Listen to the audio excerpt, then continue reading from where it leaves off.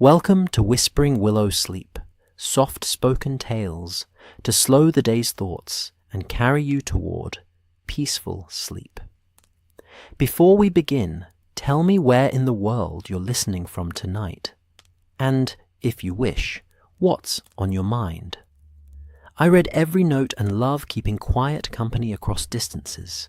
If this brings you peace, a like and subscribe help me make more nightbound stories.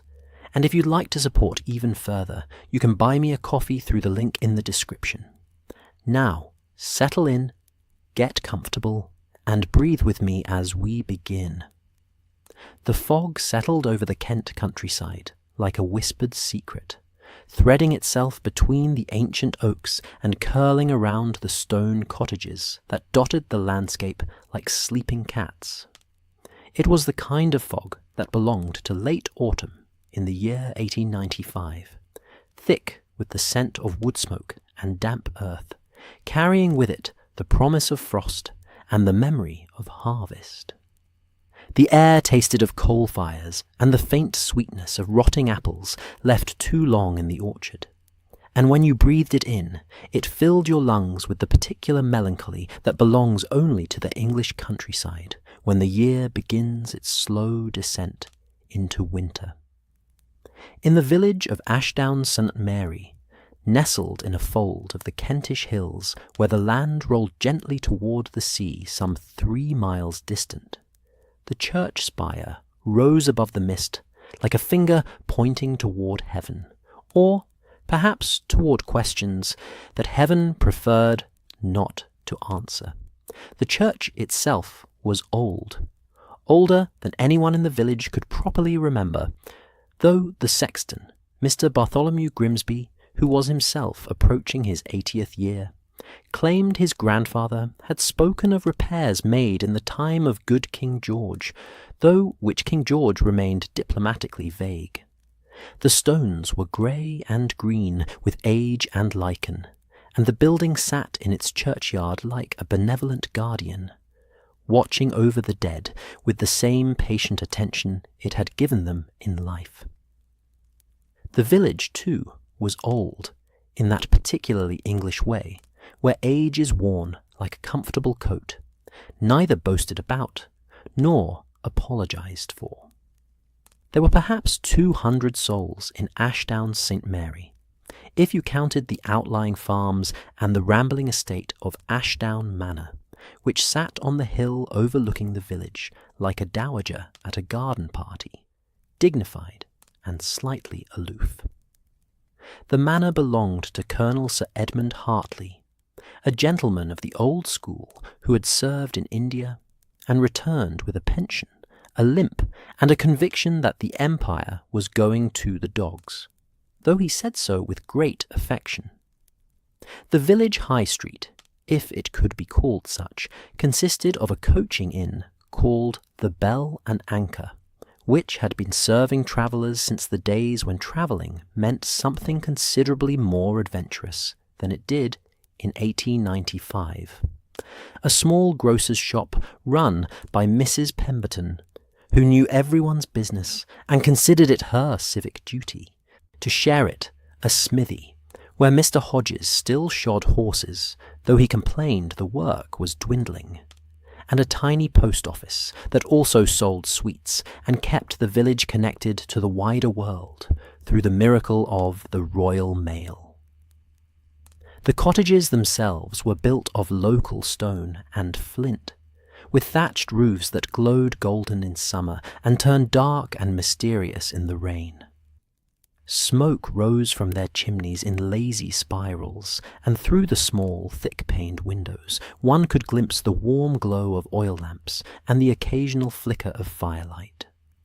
Gardens, dormant now in the October chill, waited patiently behind low stone walls, and here and there a late rose clung stubbornly to life, its petals pale and defiant against the coming cold. It was a peaceful place, Ashdown St. Mary, the kind of place where nothing much happened, where the seasons turned in their ancient rhythm, and where the most exciting event of the week was the arrival of the carrier's cart on Thursday afternoons, bringing parcels and news from the market town of Whitfield, some 8 miles distant. The villagers were farmers and labourers, shopkeepers and craftsmen, with a scattering of gentlefolk and retired officers who had chosen the quiet of the countryside over the bustle of London or Brighton. They attended church on Sundays, gossiped over garden walls, and lived their lives in that slow, steady way that makes for contentment, if not for adventure. And then, on a Tuesday night in late October, everything changed. It began with the bell. The church bell of Ashdown St. Mary was old and deep-voiced, cast in bronze in some long-ago century, when bells were made by craftsmen who understood that a bell was not merely an instrument, but a voice, a presence, a soul of metal and air. It hung in the stone tower, accessible by a narrow spiral staircase that wound upward through darkness and the smell of ancient wood and bird droppings, and it was rung by means of a long rope that descended through a hole in the tower floor into the church below, where it terminated in a faded red and white woolen grip, soft from centuries of hands. The bell spoke for the village. It called the faithful to service on Sunday mornings, its voice rolling across the fields and down the lanes, telling the farmers in their distant cottages that it was time to wash their faces and put on their Sunday best. It tolled for weddings, each peal a celebration of hope and foolishness in equal measure. It tolled for funerals, its single notes falling like tears into the silence between. And once, memorably, it had rung out a frantic alarm when the Grimsby barn caught fire, summoning every able-bodied soul to form a bucket chain, though the barn was lost and only the horses were saved, which Mr. Grimsby said was at least something, though his voice suggested he wasn't entirely sure. But the bell did not ring at midnight. Never at midnight. There was no reason for it to ring at midnight, when decent people were asleep in their beds, and even indecent people had generally found somewhere to rest their heads. The rope was secured each evening by the sexton, coiled neatly and looped over a wooden peg on the wall, well out of reach of any prankster or sleepwalker who might be tempted to give it a tug. And yet, on that Tuesday night, at precisely midnight, the bell rang. Not a full peal, not the joyous cascade of a wedding or the measured toll of a funeral. Just 3 strikes, deep and sonorous, echoing across the sleeping village and out over the dark fields beyond. 3 strikes, and then silence, as if the bell itself was surprised by what it had done. In the cottage nearest the church, Mrs. Martha Wickham, widow of the late postmaster and a woman of nervous disposition, sat bolt upright in her bed, her nightcap askew, and her heart hammering in her chest. She listened, her breath held, waiting for more. But there was nothing.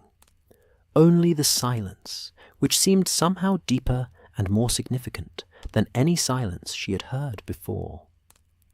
She told herself it was a dream, pulled the blankets up to her chin, and lay awake until dawn, listening. At the manor, Colonel Sir Edmund Hartley frowned in his sleep, and his dreams, which had been pleasantly occupied with memories of a tiger hunt in Bengal, shifted and darkened into something he could not quite name. In the room above the smithy, young Tom Hodges, who was 22 and courting the grocer's daughter, heard the bell, and thought nothing of it, already half asleep again before the 3rd stroke faded. And in the church itself, if anyone had been there to see, they might have noticed that the bell rope swayed gently, as if recently disturbed, though there was no wind in the tower, and the door to the spiral staircase was locked, as it always was after evensong. The village slept on, and the fog thickened, and somewhere in the darkness, something that had begun could not now be stopped. Morning came slowly, reluctantly, as if it too had been disturbed by the midnight bell and needed extra time to compose itself. The fog persisted, turning golden where the weak October sun touched it, and the village stirred to life with its usual sounds, the lowing of cows being driven to milking, the clatter of pails, the creak of doors, the murmur of voices. Mrs. Pemberton opened her shop and set out the day's bread, delivered warm from the baker in Whitfield. Mr. Hodges lit the forge, though he had only 2 horses to shoe, and both appointments were for the afternoon. The vicar, Reverend Timothy Blackwood, a gentle man of 45, with thinning hair and a profound love of ancient Greek, took his morning tea and prepared for a quiet day of parish business. It was nearly 9 o'clock when the discovery was made. Mrs. Simmons, the housekeeper at Ashdown Manor, arrived for her daily duties to find the kitchen door standing open, which was unusual, and the silver tea service missing from the dining-room sideboard, which was considerably more than unusual. It was, in fact, unprecedented. The tea service had sat on that sideboard for 30 years, polished weekly by Mrs. Simmons herself, until it gleamed like captured moonlight. It was Georgian, valuable, and heavy enough that removing it would have required both hands and some considerable effort. Colonel Hartley, summoned from his study where he had been reading the Times, with increasing alarm at the state of the world, stood before the empty space on the sideboard, and said a word that Mrs. Simmons pretended not to hear. He was not a man given to dramatics, but the loss of the tea service, which had belonged to his mother and her mother before that, struck him as a personal affront, as if the thief had not merely stolen silver, but had insulted the very concept of civilized behaviour. The local constable, a man named Dumfries, who was competent within his limits and wise enough to know where those limits ended, was sent for. He arrived on his bicycle, which he rode with great dignity, despite the indignity of the vehicle itself, and made a thorough examination of the kitchen door, the dining room, and the surrounding area. There were no signs of forced entry, no footprints in the flower beds, no convenient bits of thread caught on window sills. The door had been locked the previous evening. Mrs. Simmons swore to it, and yet, this morning, it had been open. The tea service had been there at bedtime, the Colonel confirmed, for he had noticed it when he took his evening brandy in the dining-room, as was his custom. Most irregular, Constable Dumfries said, writing carefully in his notebook with a pencil he had licked. Most irregular indeed. The village, when it heard the news, which it did by mid-morning, was scandalized and thrilled in equal measure. Nothing like this had happened in Ashdown St. Mary within living memory. There had been the incident with the Grimsby barn, of course, but that was an act of God, or faulty wiring, depending on your theological inclinations, not an act of deliberate criminal intent. This was different. This was personal. This was exciting. Mrs. Pemberton, in her shop, served customers with unusual speed, so that she might have more time to discuss the matter. Locked, the door was locked. Mrs. Simmons herself said so. And I've never known her to lie. Not about important matters anyway, though there was that business with the jam last year. But we won't speak of that now. Mrs. Wickham, buying her daily bread, mentioned the bell. 3 times it rang, at midnight exactly. I heard it myself, couldn't sleep a wink after, and now this. But Mrs. Pemberton waved this away. The bell? Well, that's just the wind, isn't it? Or perhaps young Tom Hodges playing pranks, though he's too old for such nonsense. And besides, he's courting your Anne, isn't he, Mrs. Pemberton?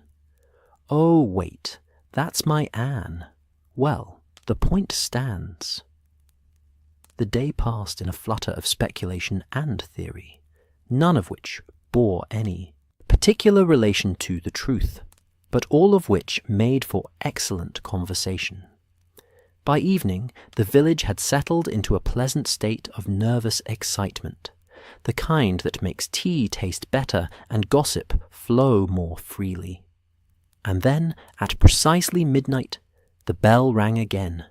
3 strikes, deep and solemn, rolling out across the fog-draped fields and into the darkness beyond. 3 strikes and silence. This time, more people heard it. Mrs. Wickham, still awake from the previous night's disturbance, counted the strikes on her fingers and whispered a prayer. The Colonel, reading late in his study, set down his book and frowned at the window, as if the darkness outside might offer an explanation. Young Tom Hodges, walking home from the grocer's cottage, where he had been courting Anne Pemberton, with more hope than success, stopped in the middle of the lane and looked up at the church tower, its spire barely visible against the clouded sky. And in the morning, the village learned that the Pemberton shop had been robbed. Not much, mind you. Mrs. Pemberton kept no great wealth in the shop, and what money there was she kept in a locked cash box in her bedroom above.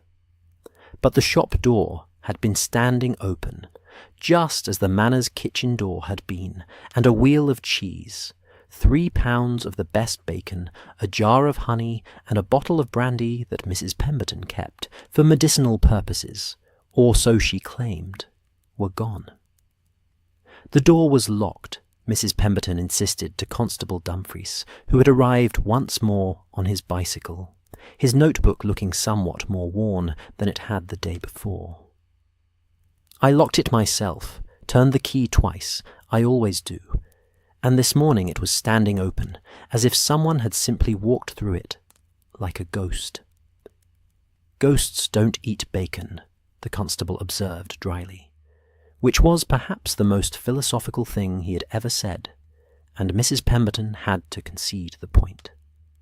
The village was no longer thrilled. The village was unnerved. 2 thefts in 2 nights, each preceded by the mysterious ringing of the bell at midnight, each involving locked doors found open in the morning. It was as if some invisible hand was moving through Ashdown St. Mary, taking what it pleased, announcing its intentions with the voice of their own church bell, mocking them with its impunity. Reverend Blackwood examined the bell rope and found it neatly coiled on its peg, as it should be. The tower door was locked, as it should be. Everything was as it should be, and yet nothing was as it should be, which was perhaps the most unsettling thing of all. Perhaps, the Reverend suggested gently to the assembled villagers who had gathered in the church after the second theft, we might keep watch tonight. If the bell rings again, we shall know someone is here, and we can apprehend them. It seemed a reasonable plan, and volunteers were found. Mr. Hodges the smith, who was strong and practical, young Tom, who was eager to prove himself, and the Colonel, who felt that his military experience ought to be good for something other than anecdotes at the pub. They would take turns, watching the church through the night, waiting for the bell. But the village, as it prepared for bed that third night, could not shake the feeling that something had shifted, that the peaceful rhythm of their lives had been disrupted by forces they did not understand. The fog pressed close against the windows, and the darkness seemed deeper than usual. And when mothers tucked their children into bed, they found themselves glancing over their shoulders at shadows that had never troubled them before. The bell hung in its tower, bronze and silent, waiting for midnight. And somewhere, out in the darkness beyond the village, where the land sloped down toward the unseen sea, other watchers waited too, their eyes on the church spire, their ears attuned to a signal that only they understood. The game was in motion, though the village did not yet know it was playing. And in London, some 70 miles distant, in rooms on Baker Street, where the firelight flickered and the city rumbled outside, a lean man with hawk-like features set down his violin and reached for a telegram that had just arrived, his grey eyes already calculating, already seeing patterns where others saw only chaos. The adventure of the Mournful Bell had begun. The morning train from London to Kent departed Charing Cross Station with a great hiss of steam and a shriek of whistle that seemed to express the locomotive's own enthusiasm for leaving the city behind. It was a Thursday morning, grey and cold, with that particular London dampness that seeps into one's bones and makes even the most stalwart Englishman long for warmer climes, or, at least, a better umbrella. The platform had been crowded with the usual assortment of travellers. Businessmen with their newspapers and their importance, ladies with their hat boxes and their secrets, and the occasional child who had not yet learned that train journeys were meant to be endured rather than enjoyed. In a first-class compartment toward the front of the train, 2 men sat opposite one another, their faces partially obscured by the smoke from a pipe and the steam that clouded the windows. The compartment smelled of tobacco and damp wool, with the faint underlying scent of coal smoke and the leather of the seats, which had been sat upon by countless travellers before them, and would be sat upon by countless more after. It was the smell of transit, of being neither here nor there, which is perhaps the most honest smell in the world. Sherlock Holmes sat with his long legs stretched out before him, his lean frame arranged in that peculiar attitude of relaxation that was never quite relaxation. For even at rest, there was about him a coiled energy, a sense that his mind was working at speeds that would exhaust ordinary mortals. He was dressed in his travelling suit of grey tweed, with a soft hat pulled low over his brow, and he held a pipe in one hand, while the other rested on a thin folder of papers on the seat beside him. His grey eyes, which could be cold as winter frost or warm as hearth fire, depending on his mood and his company, were fixed on the window. Though whether he was observing the passing landscape or lost in some internal calculation was impossible to say. Dr. John Watson, his companion and chronicler, sat across from him with a morning paper spread on his lap, though he had read the same paragraph 3 times without absorbing a word of it.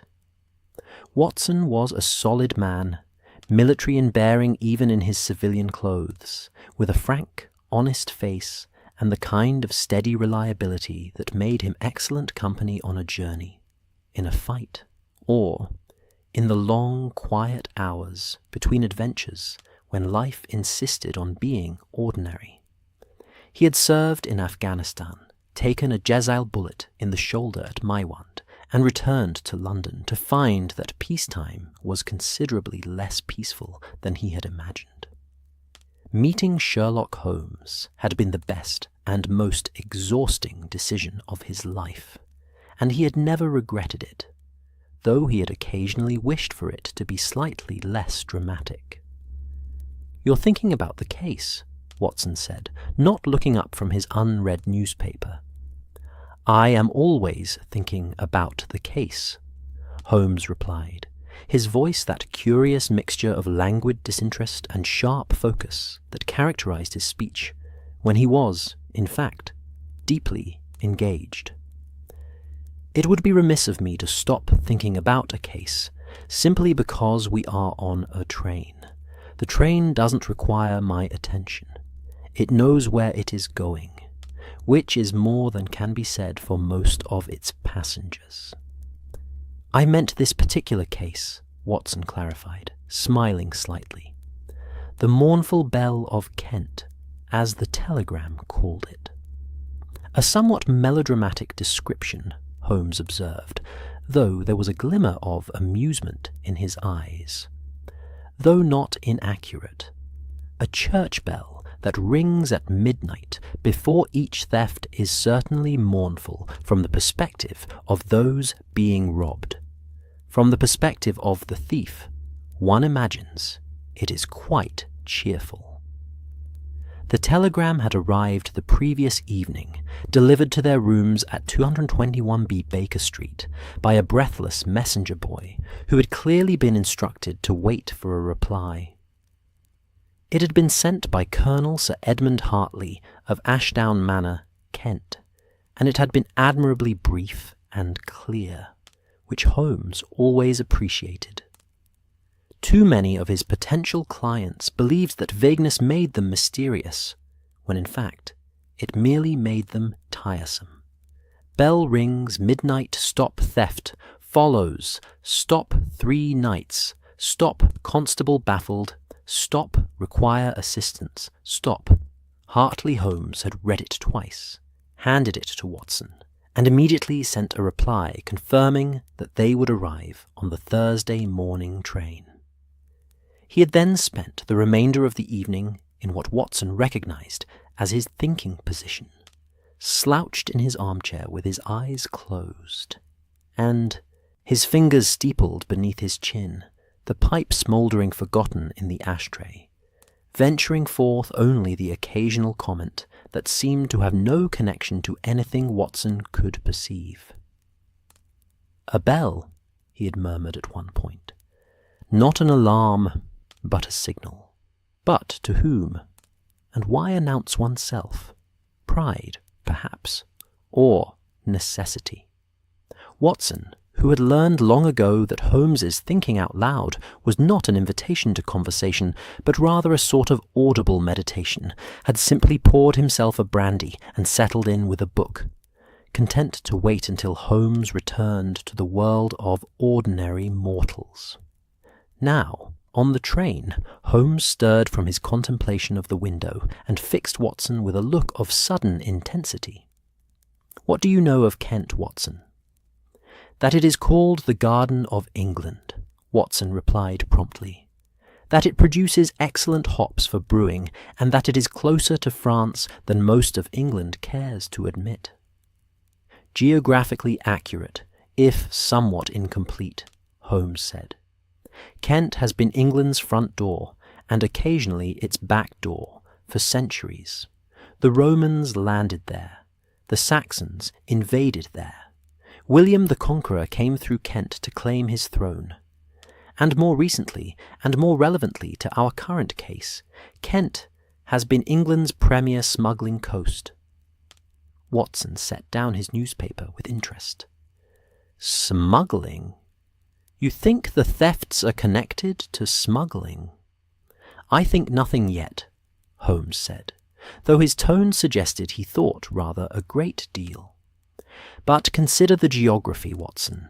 A village 3 miles from the coast, small enough to be insular, but large enough to provide cover, connected to the sea by roads and paths that have been used for centuries. During the Napoleonic Wars, Kent smugglers were so organized they practically constituted a parallel economy. Brandy, tobacco, tea, lace, anything that could be taxed was worth smuggling, and the preventive services were chronically undermanned and outmaneuvered. The penalties were severe, of course. Hanging, or at best transportation to Australia. And yet the trade persisted, because poverty is an excellent motivator, and because the line between criminal and gentleman was often thinner than either would care to admit. "But surely that's ancient history now," Watson protested. "This is 1895, not 1815. The excise men are far better organized, the Coast Guard is vigilant, and smuggling is hardly the romantic enterprise it once was. You assume that human nature changes with the times, Holmes said dryly. I assure you, it does not.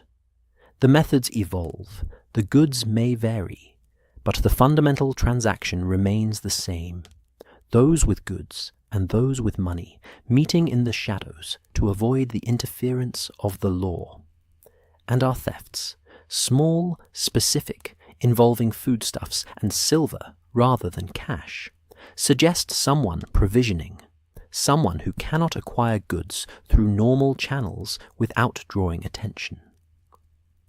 The train rattled on, the rhythmic clacking of wheels on rails providing a soothing counterpoint to Holmes's analysis. Outside the window, London's grey sprawl was giving way to the open countryside, fields still green despite the advancing autumn, hedgerows marking boundaries that had existed since medieval times, and occasionally a glimpse of a village or a manor house, solid and enduring against the changing sky. Watson found himself relaxing into the journey despite the mystery that awaited them. There was something profoundly comforting about the English countryside, a sense of continuity and peace that even the worst crimes could not entirely dispel. Here the seasons turned as they always had. The farmers ploughed and planted and harvested, the church bells rang on Sunday mornings, and life proceeded at a pace that made London seem frantic and slightly mad by comparison. You've gone soft, Watson, Holmes observed, though not unkindly. I can see it in your face. You're thinking pastoral thoughts, imagining thatched cottages and village greens and all the other mythology of rural England. And what's wrong with that? Watson asked, unabashed. Surely there's room in the world for both the criminal and the cottage, the mystery and the pastoral. There is, Holmes agreed, though one must be careful not to let the latter blind one to the former. Some of the worst crimes I have investigated have occurred in the most bucolic settings. Poison in the teacup, murder in the vicarage garden, embezzlement concealed behind accounts of crop yields. The countryside is not innocent, Watson. It is merely quieter about its sins. The train slowed as it approached a small station, little more than a platform and a waiting room, where a handful of passengers disembarked and others climbed aboard. An elderly woman with a basket of apples, a farmer with a sheepdog on a rope lead, a young man in a cheap suit who looked like a clerk returning home for the weekend. Ordinary people, living ordinary lives, with ordinary concerns about weather and wages, and whether the roof would hold through another winter. And yet, Holmes observed them all with that peculiar intensity of his, as if each might be a crucial piece of some larger puzzle. Do you ever tire of it? Watson asked suddenly. The observation, the deduction, the constant analysis. Do you ever simply look at an apple seller and see an apple seller, rather than a potential witness or suspect or informant? Holmes considered this for a moment, his expression thoughtful.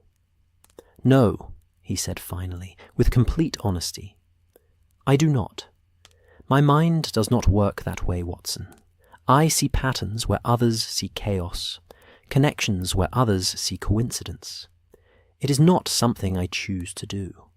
It is something I cannot choose not to do. It would be like asking you to stop noticing when a patient is in pain, or to stop assessing their vital signs out of habit. Your medical training has shaped how you see the world. My particular talents have shaped how I see mine. Is it lonely? Watson asked quietly. Holmes turned from the window to look at his friend, and for a moment something like gratitude flickered across his angular features.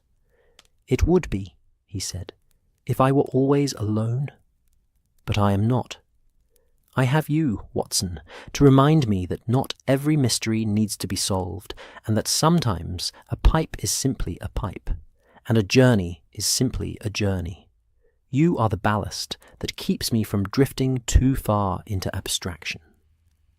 Watson felt a sudden warmth in his chest, the kind that had nothing to do with the heating apparatus in the compartment, and everything to do with friendship. "Well then," he said gruffly, "I shall endeavour to remain appropriately ballast-like." They sat in companionable silence for a time, watching the countryside roll past. The fields were beginning to show the touch of winter now, the green fading to brown, the trees losing their leaves in slow, resigned surrender to the season. Here and there a farmhouse sent up smoke from its chimney, and the occasional labourer could be seen working in the fields, bent over some task that had been performed in the same way for generations. It was, Watson thought, both beautiful and slightly melancholy, this sense of continuity and change, of things ending and beginning in the same breath. The train crossed a small bridge over a stream, and Holmes suddenly leaned forward, his attention caught by something outside. "There," he said, pointing. "Do you see it, Watson? The church spire just visible through the trees. That will be Ashdown St. Mary." Watson looked where Holmes indicated, and saw, rising above the autumn bare branches, the grey stone spire of a church, solid and ancient against the pale sky. It looked, from this distance, peaceful and benign, the kind of landmark that had guided travellers and marked the passage of time for centuries. It was difficult to imagine it as the centre of mystery, as the source of midnight bells and unexplained thefts.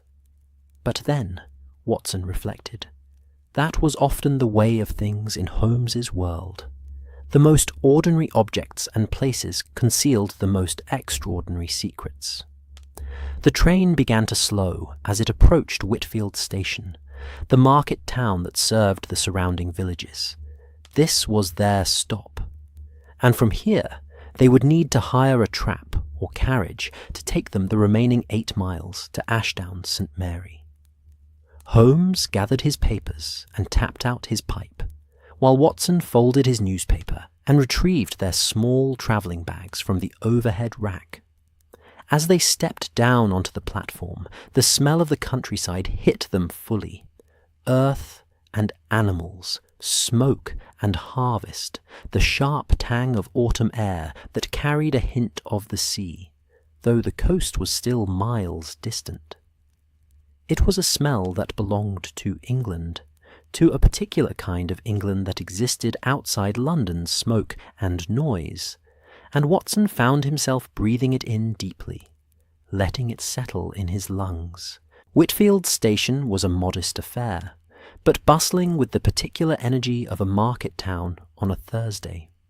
Farmers with livestock, merchants with goods, villagers come to shop or conduct business, all moved about with purposeful efficiency, their voices a pleasant hum of rural accents and local concerns.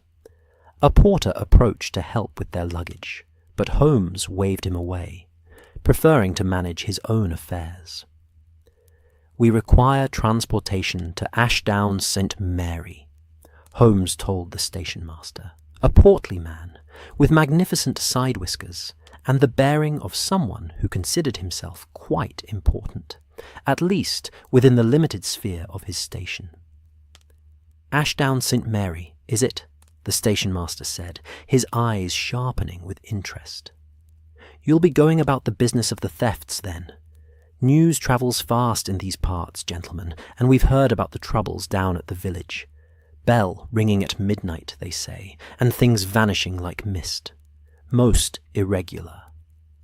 "Most irregular indeed," Holmes agreed, in a tone that discouraged further speculation. "The transportation?" Old Peter Crawley runs a trap, takes passengers and parcels between here and the villages. You'll find him at the Crown, just across the square there, likely finishing his midday pint. Tell him Mr. Wickham sent you. That's me, Station Master Wickham, and he'll see you right. They found Peter Crawley exactly where promised, a weathered man of indeterminate age with hands like gnarled oak roots and eyes that had seen 7 decades of Kentish weather and remained unimpressed by all of it. His trap was elderly, but serviceable, his horse a stolid brown mare, who looked at Holmes and Watson with the philosophical resignation of one who has carried many passengers and expects to carry many more before her work is done. The road from Whitfield to Ashdown St. Mary was narrow and winding, following the contours of the land as it descended gradually toward the coast. Holmes questioned Crawley carefully about the village, about the thefts, about the bell, and the old man answered in a slow, deliberate manner, choosing his words with the care of someone who knows that words, once spoken, cannot be recalled. "Queer business, that bell," Crawley said, his eyes on the road ahead. "Church bells got no business ringing at midnight, not unless there's fire or flood or the French are coming, and there's been none of those, not in my lifetime anyway. Old Grimsby, he's the sexton, been sexton since before I was born, I reckon. He says the rope's always secured proper, and the tower's locked, and there's no way anyone could be up there ringing it. But ring it does, sure as I'm sitting here. 3 nights running now, midnight exact, 3 strikes, and then silence. And each time, come morning, something's been taken. First the Colonel's silver, then Mrs. Pemberton's stores, and last night, well, you'll hear about last night when you get there, I expect." "Last night?" Holmes's voice was sharp with interest. "There was a 3rd theft?" "Aye, from the vicarage. Reverend Blackwood's study, they say. Books and papers taken. Nothing of value to most folks, but the Reverend's quite distressed about it. Said some of those volumes were from his Oxford days and can't be replaced. Queer thing to steal books when there's money to be had elsewhere. But then the whole business is queer, isn't it?" Holmes and Watson exchanged glances. Books and papers. That was a new element, a piece that didn't quite fit the pattern of provisioning or simple theft. Holmes's eyes gleamed with that particular light that Watson knew well, the light that meant his mind was working at full speed, assembling and discarding theories with dizzying rapidity. The trap rounded a bend, and suddenly, spread out before them in the valley below, was Ashdown St. Mary. The village looked just as Watson had imagined it. Stone cottages clustering around a church, fields stretching out in all directions, smoke rising from chimneys. The whole scene peaceful and timeless and deceptively ordinary. The church spire rose at the centre of it all, grey against the grey sky, its bell silent now in the afternoon light. But somewhere in that peaceful village, Watson knew, a mystery was unfolding. A bell was ringing at midnight without human hand to ring it, or so it seemed. Thefts were occurring with uncanny regularity. And now, books and papers had been taken from a vicar's study, adding a new and puzzling dimension to the case. "Well, Watson," Holmes said quietly as the trap began its descent into the valley, "let us see what secrets the mournful bell has to tell us. I suspect we shall find them most illuminating." The horses' hooves clip-clopped on the road, the trap's wheels creaked in their familiar rhythm, and Ashdown St. Mary waited below, keeping its secrets a little longer, until London's most famous detective arrived to uncover them. The game, as Holmes was fond of saying, was most decidedly afoot. The trap rolled into Ashdown St. Mary just as the church clock was striking 3. Its voice clear and ordinary in the afternoon air. Nothing like the mysterious midnight tolling that had brought Holmes and Watson to this quiet corner of Kent. The village, seeing them arrive, seemed to pause in its daily business, faces turning towards the strangers with that mixture of curiosity and reserve that characterizes rural England when confronted with outsiders. A woman sweeping her doorstep stopped mid-stroke. 2 men conversing outside the smithy fell silent. Even the chickens scratching in Mrs. Pemberton's front garden seemed to regard them with suspicion, as if London itself had arrived in their midst and might prove contagious. Peter Crawley guided his trap to a halt before the Bell and Anchor, which served as the village's social centre, post office, and unofficial seat of judgment on all matters local. The inn was old, its timber frame dark with age and weather, its windows small and deep-set, its sign swinging gently in the autumn breeze, with a painting of a bell and anchor so faded that one needed faith as much as eyesight to distinguish what they represented. The metaphor, Watson thought, was perhaps too apt for comfort. "The Colonel will be expecting you," Crawley said, accepting his fare with a nod of thanks. "Manners up the hill, as you can see, but I'd wager he's been watching the road this past hour. Not much else to do when you're waiting for London detectives to solve your mysteries." Holmes smiled slightly at the designation, though whether he was amused or pleased was impossible to tell.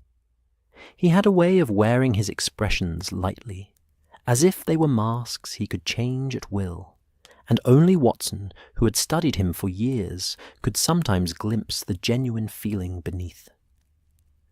They had barely stepped down from the trap when a figure emerged from the inn, moving with the swift, purposeful stride of someone who has been waiting with decreasing patience for something to happen. Colonel Sir Edmund Hartley was a man in his 60s, tall and straight-backed despite the limp that Crawley had mentioned, with iron grey hair, a military moustache that would have done credit to a cavalry regiment, and the kind of weathered, sun-creased face that spoke of years spent in hotter climes than Kent. He wore country tweeds that had been expensive 20 years ago, and were now merely comfortable, and he carried a walking stick of dark wood that looked more like a weapon than a support. "Mr. Holmes, Dr. Watson," he said, his voice carrying the clipped authority of a man accustomed to being obeyed. "Thank God you've come. This business is driving the village to distraction, and Constable Dumfries, excellent fellow though he is, hasn't the faintest notion what to make of it. I've dealt with dacoits in India and Pathans on the frontier, but I'll be damned if I can make sense of a bell that rings itself and doors that unlock themselves." Holmes shook the Colonel's extended hand with a firmness that suggested respect, if not quite military deference. "I take it the pattern continues. Mr. Crawley mentioned a third theft last night. Books from the vicarage?" "Books and papers, yes," Hartley confirmed, gesturing for them to follow him up the lane toward the church. "Makes no sense whatsoever. My mother's tea service was valuable. Mrs. Pemberton's provisions were useful to someone who needed them. But books?" The Reverend is beside himself. Ancient Greek texts, theological treatises, his personal correspondence. Who in God's name would want such things? "Someone who can read ancient Greek," Holmes murmured, "or someone who wanted something hidden among the books. But we shall come to that. First, Colonel, I should like to see the church and speak with your sexton. The bell is the key to everything, I believe. It announces each theft, which suggests either remarkable arrogance or a signal of some kind. They walked up the village lane, past stone cottages whose small windows reflected the grey afternoon light like watchful eyes. The air was cool, and carried the scent of wood smoke and something else, something Watson couldn't quite identify at first. A faint salt tang, the distant breath of the sea, mixing with the earthier smells of the countryside. It was a reminder that this village, peaceful as it appeared, stood on the edge of England, where land met water, and the boundary between what was permitted and what was forbidden had always been more negotiable than the law would prefer. The church of St. Mary loomed larger as they approached, its stones seeming to absorb the grey light rather than reflect it. The building was Norman in origin, Holmes observed aloud, though it had been added to and modified over the centuries, each generation leaving its mark in the form of a new window, a rebuilt section of wall, or a memorial plaque to some worthy parishioner whose worthiness had outlasted their name. The churchyard surrounding it was ancient, the gravestones tilted at various angles, like teeth in an old mouth, their inscriptions worn smooth by centuries of Kent weather. Yew trees, dark and dense, stood sentinel at the corners, older than the church itself, older perhaps than Christianity in England, remnants of a time when this hilltop had been sacred for reasons the current worshippers had long forgotten. "Bartholomew Grimsby is the sexton," Colonel Hartley said as they approached the church door. "Been here longer than anyone can remember, knows every stone of this place, every creak of the floorboards. If anyone can tell you about the bell, it's Grimsby."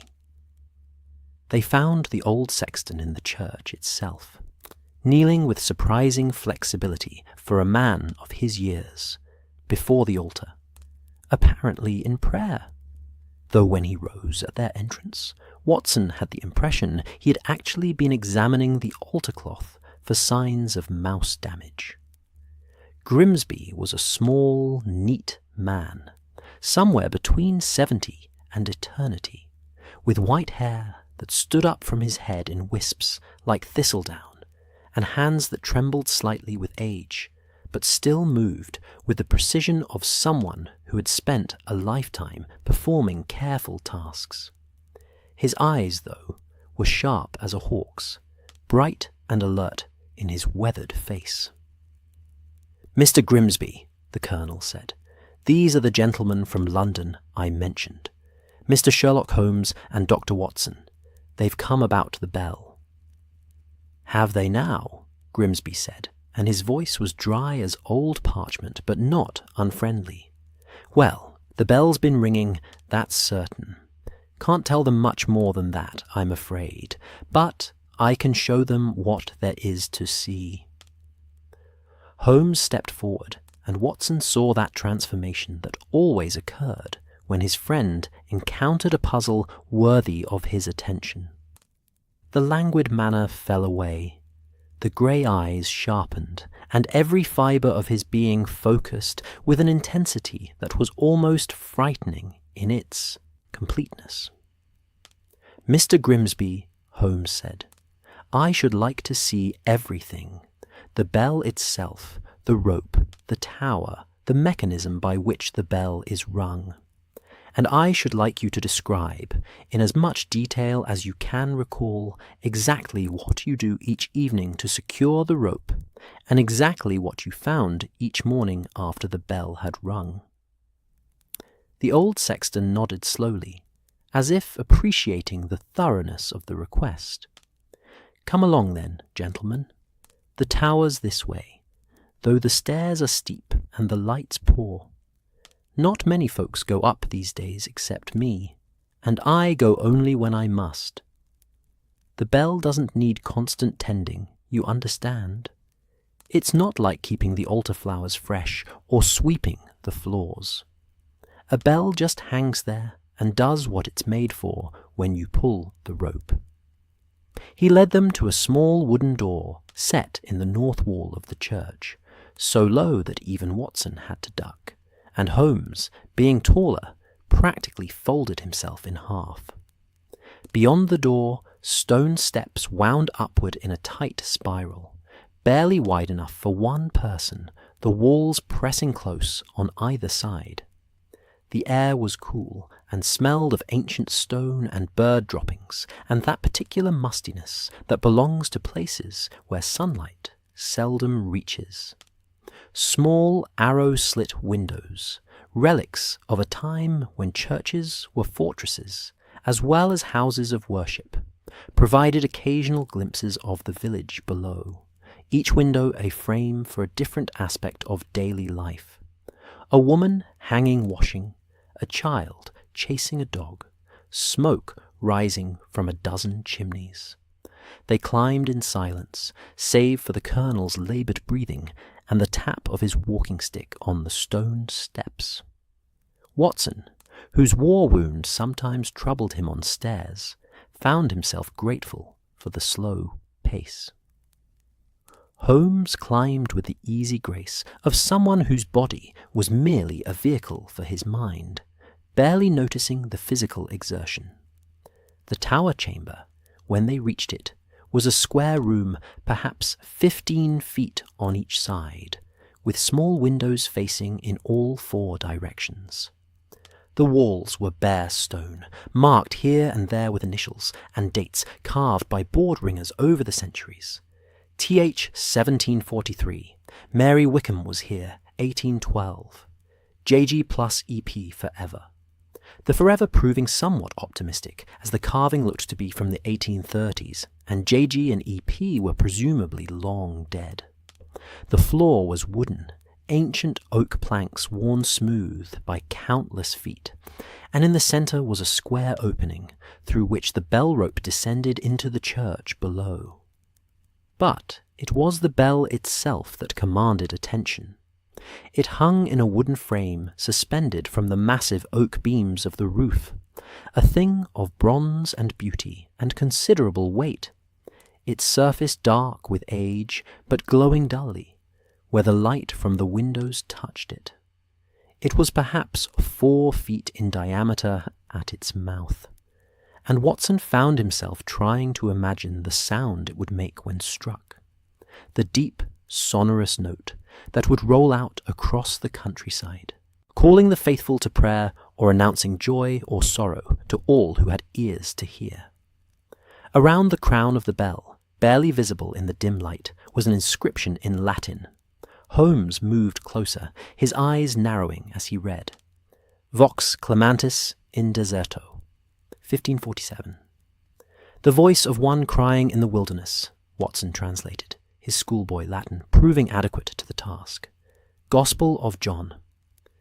Matthew, actually, Holmes corrected absently, though John quotes it as well.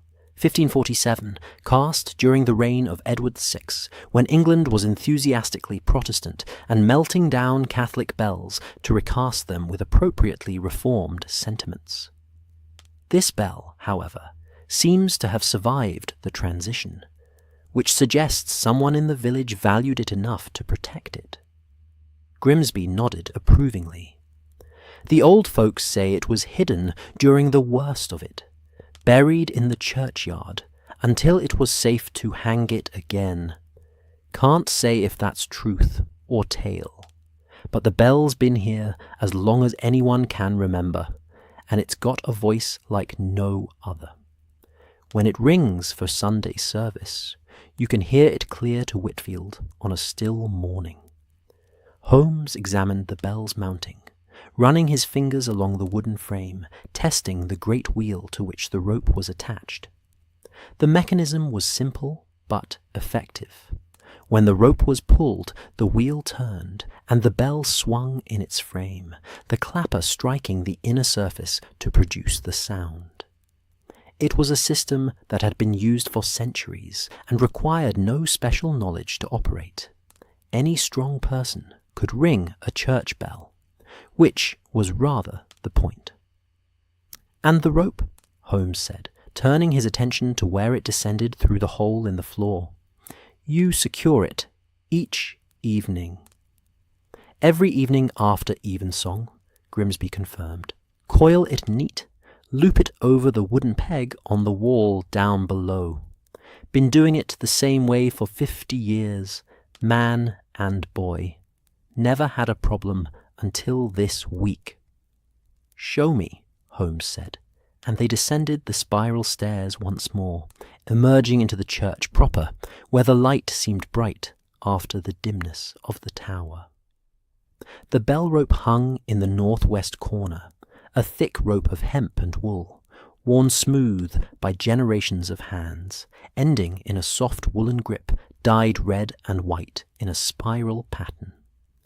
Grimsby demonstrated his evening routine, coiling the rope with practiced efficiency and looping it over a stout wooden peg set into the wall about 7 feet above the floor.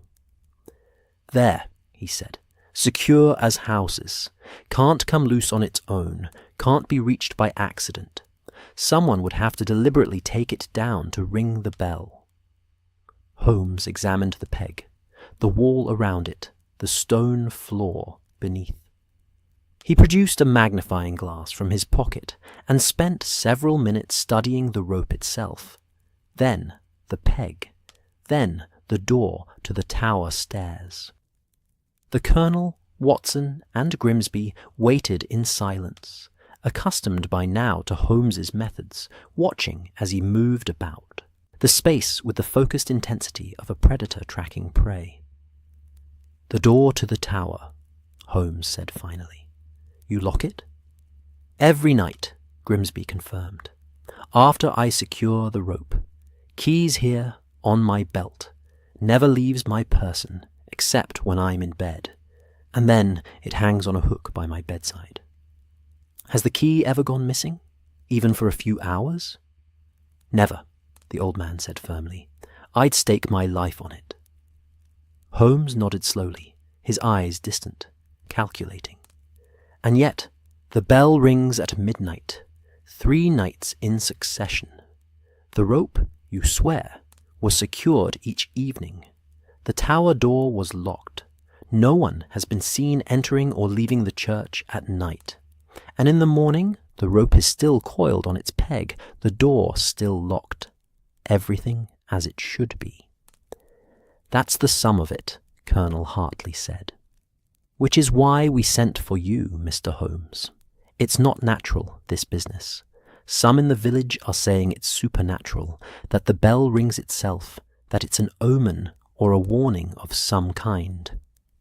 "The bell does not ring itself," Holmes said flatly. "Bells are metal and wood and rope. They do not have volition. Someone is ringing this bell, Colonel, and they are doing so in a way that suggests considerable ingenuity. The question is not whether it can be done, but how it is being done, and more importantly, why." He turned to face them all, his expression grave. "Consider the pattern, gentlemen. The bell rings at precisely midnight. Not approximately midnight, but exactly midnight by all accounts. That suggests coordination, planning, a schedule being kept. Then, some hours later, a theft occurs. Not random vandalism, not opportunistic burglary, but targeted theft of specific items. First, valuable silver. Second, provisions. Third, books and papers. The progression is telling." "Telling of what?" Watson asked, knowing that Holmes was building toward something, could feel the shape of a theory forming in his friend's mind. "Telling of an operation," Holmes said. "Not a simple thief, but an organization. The bell is not an announcement of the theft. It is a signal. Someone is using this bell to communicate, to coordinate activities, to confirm timing. But the genius of it, the truly elegant aspect of this crime, is that the signal is hidden in plain sight. A church bell ringing at midnight is strange enough to be noticed and talked about, but not so strange that it seems immediately suspicious. It becomes a mystery unto itself, drawing attention away from the true purpose. But who, the colonel demanded, who in this village would do such a thing? I know these people, Mr. Holmes. They're farmers and shopkeepers, good, honest folk. Good, honest, and desperate, perhaps, Holmes said quietly. Or perhaps not as good and honest as they appear. That is what we must determine. But first, I think we should speak with Reverend Blackwood about his missing books. Books, Colonel, are not stolen by common thieves. Books are stolen by those who can read them, who value knowledge, or who need to conceal knowledge. And that narrows our field of suspects considerably. They left the church as the afternoon was beginning to fade toward evening, the grey sky darkening to a deeper grey, the air growing colder with that sharp edge that promised frost before morning. The village around them was settling into its evening routine. Lamps being lit in cottage windows, the smell of cooking fires and evening meals, the lowing of cows being brought in from pasture, the bark of a dog, and the laughter of children called home for supper. It looked, Watson thought, exactly like the peaceful rural England that poets celebrated and travellers sought out, a place where life moved to the ancient rhythms of season and soil, where everyone knew everyone else, and where the worst crime one might expect was perhaps a sheep straying from its flock, or a dispute over a boundary fence. But somewhere in this peaceful village, someone was ringing a bell at midnight and stealing to a pattern that suggested organization and purpose. Someone with access or ingenuity, with knowledge and daring, with reasons that Holmes was only beginning to uncover. The game was indeed afoot, and the mournful bell, silent now in its tower, held secrets that would soon be revealed. Watson could only hope those secrets, when uncovered, would not shatter the peace of Ashdown St. Mary beyond repair. The vicarage stood beside the church, separated from it by a narrow path, worn smooth by centuries of vicars, making their daily pilgrimage between home and house of worship. It was a modest building, Georgian in style, built of the same grey stone as the church, but somehow warmer, more welcoming, with ivy climbing its walls and smoke rising cheerfully from its chimneys. The windows glowed with lamplight in the gathering dusk, and through them Watson could see the shapes of books, shelves and shelves of books lining every wall, the accumulated knowledge of a lifetime spent in study and contemplation. Reverend Timothy Blackwood answered the door himself, a tall, thin man with kind eyes behind wire-rimmed spectacles, and the slightly distracted air of someone whose mind was often elsewhere, wrestling with theological complexities or translating ancient texts, while his body went about the mundane business of daily life. He wore a simple black suit, slightly worn at the cuffs, and his clerical collar sat slightly askew, as if he had dressed in haste, or without much attention to such earthly concerns as appearance. "Mr. Holmes, Dr. Watson," he said, his voice soft and cultured, with the faint trace of an Oxford education, still audible beneath the gentler tones of rural Kent. "Colonel Hartley sent word you would be coming. Please, do come in. I apologize for the chaos. I've been trying to catalogue what was taken, but I'm afraid my filing system was never what it should have been. And now it's rather like trying to remember a dream after waking." Led them through a narrow hallway, lined with more books, stacked on tables, piled on chairs, filling every available space, into a study that was the very embodiment of scholarly disorder. 3 walls were floor-to-ceiling bookcases, every shelf packed tight, with volumes in various languages and states of repair. The fourth wall held a window overlooking the churchyard, and before it stood a large oak desk, buried under papers, manuscripts, open books with ribbon markers trailing from their pages, and what appeared to be several abandoned cups of tea in various stages of consumption. "Forgive the mess," Blackwood said, gesturing helplessly at the chaos. "My housekeeper, Mrs. Davies, has long since given up trying to impose order on my study. She contents herself with ensuring I eat regular meals, and don't accidentally set the house on fire, which I came close to doing once when a candle fell onto a particularly dry manuscript. The Lord preserved me from that folly, and Mrs. Davies now insists I use only oil lamps." Holmes surveyed the room with his characteristic intensity, his eyes moving rapidly from bookshelf to desk to window, taking in details that Watson knew he would later recall with perfect accuracy. "Tell me about the theft, Reverend. What exactly was taken?" Blackwood moved to one of the bookcases, gesturing to several gaps in the otherwise tightly packed shelves. "These volumes here, all Greek texts, some of them quite rare. My Aeschylus, a beautiful edition from 1795, my Sophocles, with marginalia from one of my Oxford tutors, several volumes of Herodotus, and most distressing of all, my personal translation of selections from the Greek anthology, 20 years' work that exists nowhere else. I had always meant to have it properly copied, but one procrastinates, and now—" His voice trailed off, heavy with loss. "And papers?" Holmes prompted. Colonel Hartley mentioned papers were also taken. "Yes, from my desk. Correspondence, mostly.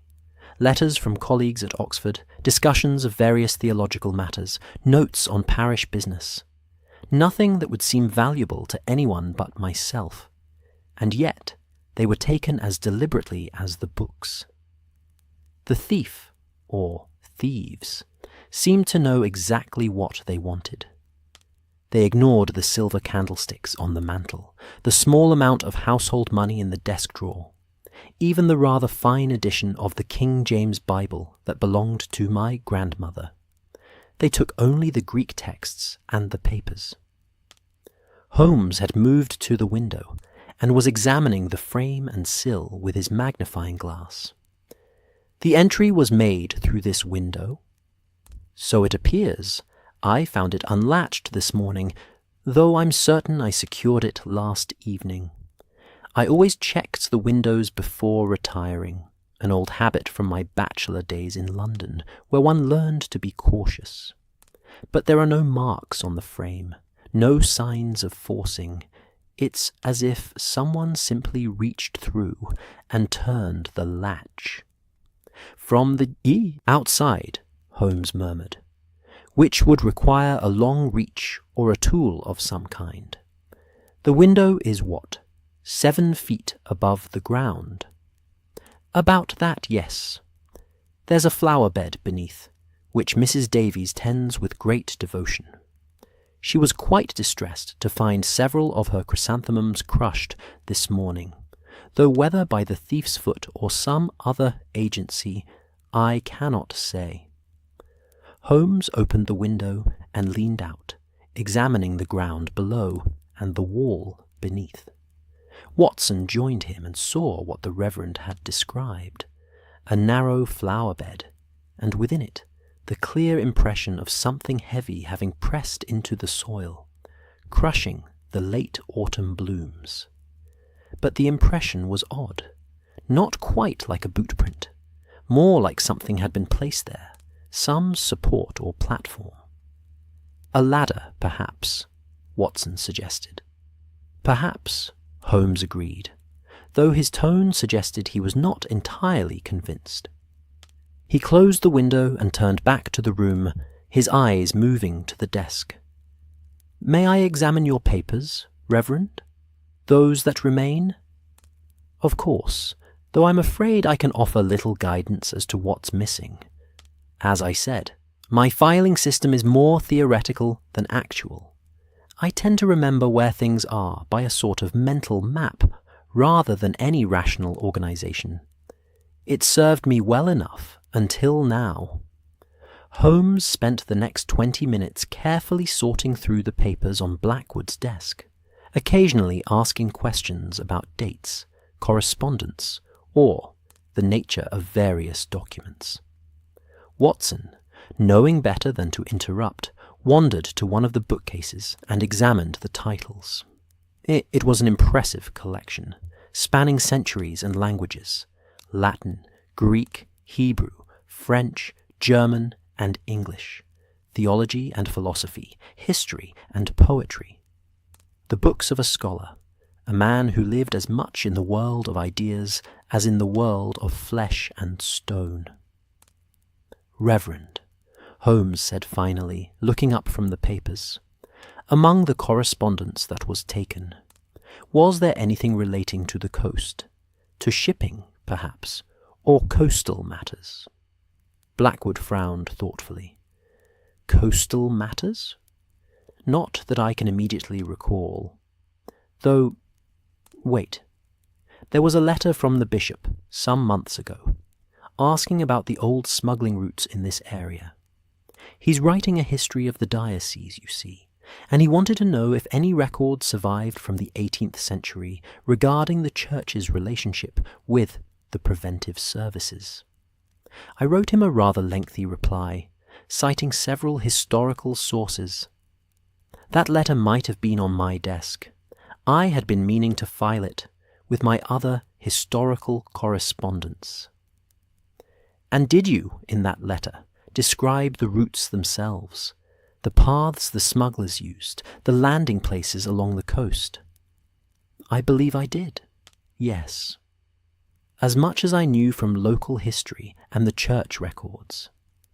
There's quite a fascinating story about a former vicar of this parish, one Reverend Makepeace, who in the 1780s was accused of blessing smuggled goods in the church crypt, though the charges were never proved.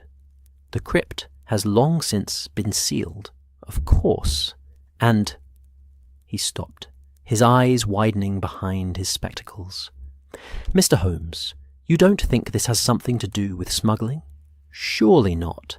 Not in this day and age. I think," Holmes said carefully, "that we must consider all possibilities. The pattern of these thefts suggests purpose, not random criminality. Your books and papers were taken for a reason, and that reason may have nothing to do with their scholarly value and everything to do with the information they contain." A knock at the door interrupted them, and Mrs. Davies, a stout woman of middle years with flour on her apron and concern on her face, entered to announce that Colonel Hartley had arranged for Holmes and Watson to stay at the manor, and that dinner would be served within the hour. Reverend Blackwood, ever the gracious host, invited them to dine at the vicarage instead, but Holmes politely declined, saying he wished to observe the village more closely before nightfall.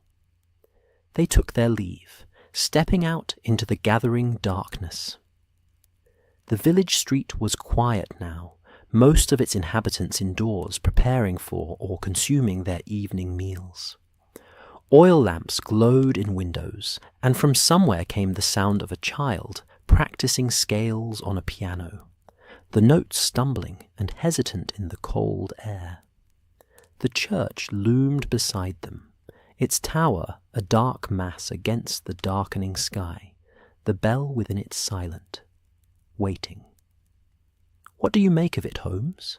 Watson asked, as they walked slowly toward the manor, following the colonel who had waited for them outside the vicarage.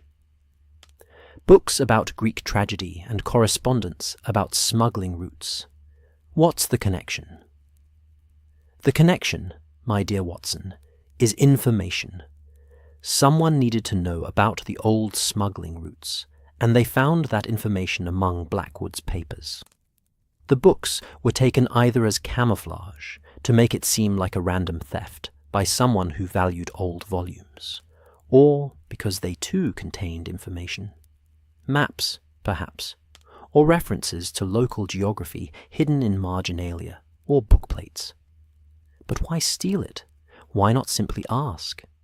Blackwood would have shared such historical information freely, surely. Because, Holmes said, his voice low so the colonel, walking ahead of them, would not hear. Whoever is behind this operation cannot afford to draw attention to their interest in those roots. They are not historians or scholars.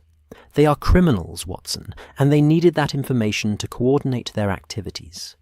The bell is their signal, the church their beacon, and the coast their destination.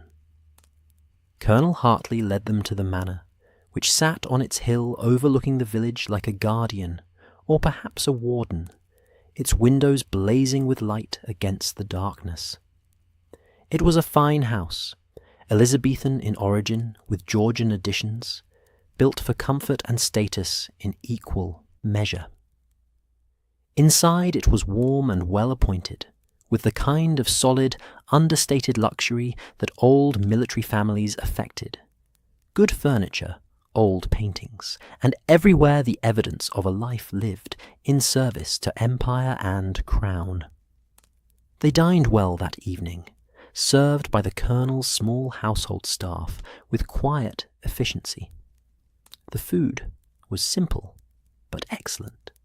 Roast beef and Yorkshire pudding, vegetables from the manor's own garden, and a claret that the colonel said had been laid down by his father in a better year than this one.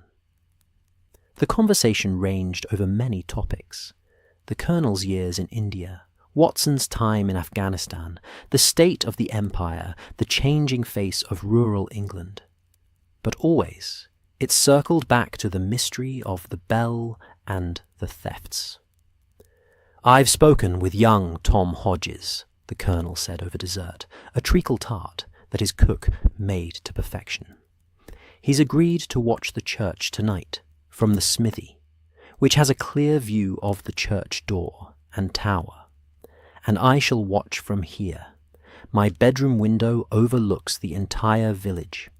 If that bell rings again, we'll see who approaches the church, or at least we'll know the direction they come from." "An excellent precaution," Holmes said, though Watson detected a note of doubt in his voice. "Though I suspect our adversary is rather more clever than that. They have rung the bell 3 nights without being observed. That suggests either extraordinary stealth or an approach we have not yet considered." "What do you mean?" the colonel demanded.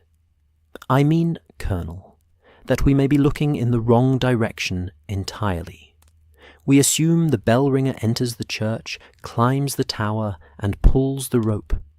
But what if that assumption is false? What if the bell can be rung from elsewhere, by some method we have not yet discovered?" "From elsewhere? That's impossible, surely. The rope hangs inside the church. To pull it, one must be in the church." "One must pull it, yes. But pulling and being present are not necessarily the same thing." Holmes set down his wineglass and steepled his fingers beneath his chin. That gesture, Watson knew, meant he was working through a theory. "Consider the mechanism, gentlemen. A rope descends from the bell through a hole in the tower floor into the church below. It hangs there, accessible to anyone who enters the church. But rope is flexible. Rope can be extended, redirected, attached to other ropes or mechanisms. What if someone has found a way to pull that bell rope from outside the church entirely?" Watson felt a chill that had nothing to do with the temperature of the room. "You mean some kind of contraption? A system of pulleys or levers?" "Precisely. Remember, the thefts occur not at midnight, when the bell rings, but hours later, in the small hours of morning when the village sleeps deepest. The bell at midnight is not the signal that a theft is occurring. It is a signal that a theft will occur, a message sent to Confederates elsewhere. And if I'm correct about the nature of this operation, those Confederates are not in the village at all. They are on the coast, waiting for word that it is safe to land their cargo. The colonel's face had gone pale. Smugglers. You're saying we have an active smuggling operation in Ashdown, St. Mary. I'm saying it is a possibility we must seriously consider. The pattern fits too well to be coincidence. The proximity to the coast, the historical precedent of smuggling in this region, the theft of information about old smuggling routes, the signal system using the bell, and the thefts themselves, Colonel. Consider what has been taken. Silver, easily convertible to cash to fund an operation. Food and drink, to provision men working through the night, and information to guide their activities. It all points in one direction. The meal concluded in subdued silence, each man lost in his own thoughts. The colonel excused himself to take up his watching post, and Holmes and Watson were shown to their rooms, comfortable chambers with fires already laid and warming the air. Watson prepared for bed, but he knew sleep would be difficult. The case had taken on a new dimension, a new urgency. This was not merely about stolen silver or missing books. This was about organized crime, about men breaking the law under cover of darkness, using the very symbol of the village's faith, its church bell, as an instrument of deception. He stood at his window, looking out over the village below. The cottages were dark now, their inhabitants asleep or preparing for sleep, trusting in the peace of their rural sanctuary. The church spire rose black against the star-scattered sky, and Watson found himself watching it, waiting, though he knew midnight was still hours away. In the next room, he could hear Holmes moving about, pacing, thinking. His friend would not sleep tonight, Watson knew. Holmes never slept when a case consumed him, when his mind was racing through possibilities and theories, discarding what didn't fit and assembling what did into patterns that others could not see. The village clock struck 10, its voice clear in the cold night air. 2 hours until midnight.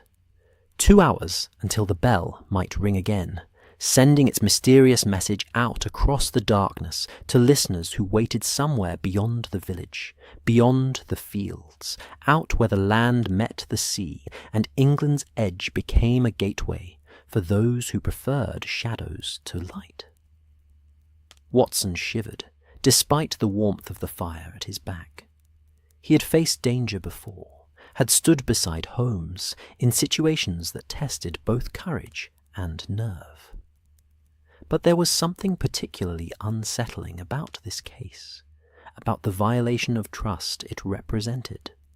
A church bell, meant to call people to worship, to celebrate joy, to mourn loss, perverted into a signal for criminal enterprise. It felt like sacrilege, like a betrayal of something fundamental. "Are you still awake, Watson?" Holmes's voice came through the connecting door, which had been left slightly ajar. "Yes, I'm watching the church." "As am I. Come through if you will. I would value your company during this vigil." Watson found Holmes standing at his own window, a dark silhouette against the faint starlight, his pipe glowing softly in the darkness. He had not lit a lamp, preferring to let his eyes adjust to the night, the better to observe any movement below. "Do you truly think it will ring again tonight?" Watson asked quietly. "I would wager my reputation on it," Holmes replied. "The pattern is too established, the operation too organized. They have a schedule, a rhythm, and disrupting that rhythm now would suggest panic or awareness of our investigation. No, Watson, the bell will ring at midnight, as it has for 3 nights past, and we shall watch and learn, and perhaps begin to understand the full scope of this enterprise. They stood together in the darkness, 2 friends united in purpose, watching the sleeping village and the silent church, waiting for the mournful bell to speak its secrets into the night. And in the tower, bronze and ancient, the bell waited too, patient as it had been for 400 years, ready once more to lend its voice to purposes its makers had never imagined. Midnight approached, and with it, revelation. The hours between 10 o'clock and midnight stretched like an eternity, each minute marked by the slow, measured ticking of the colonel's grandfather clock in the hallway below, its voice a steady reminder that time, indifferent to human anticipation, moved at its own inexorable pace.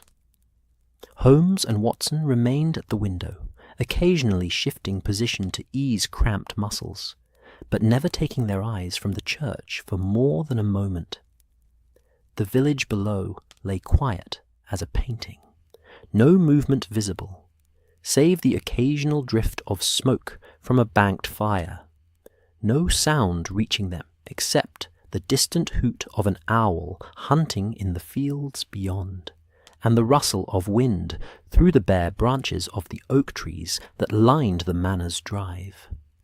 The night was clear, mercifully free of the fog that had cloaked the countryside on previous evenings, and the stars scattered across the sky like spilled salt provided just enough light to distinguish shapes and shadows.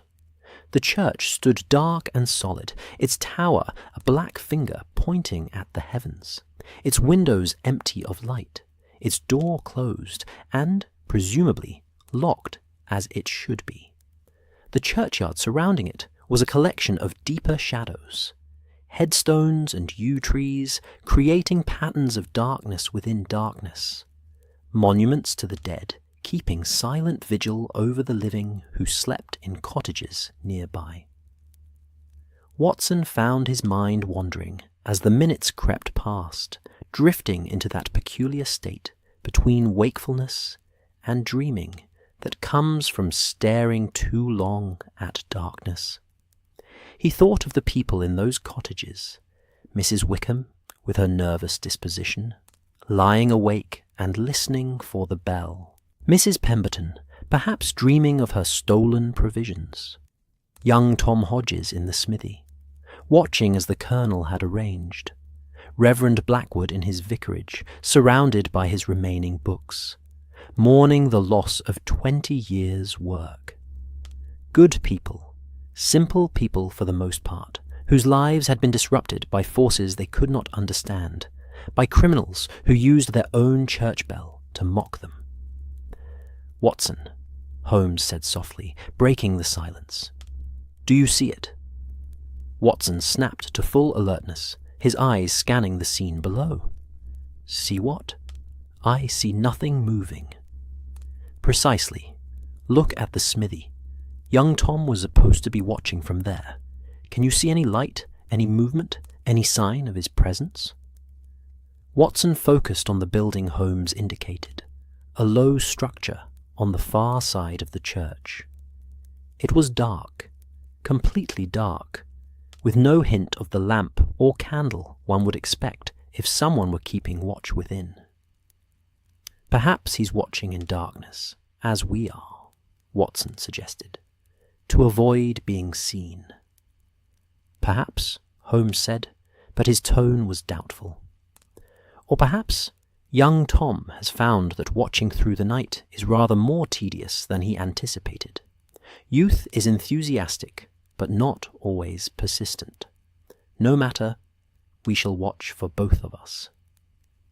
The clock below struck the quarter hour, 11:45, its chimes clear and melodious, a civilized sound that belonged to drawing rooms and dinner parties, not to midnight vigils and criminal enterprises.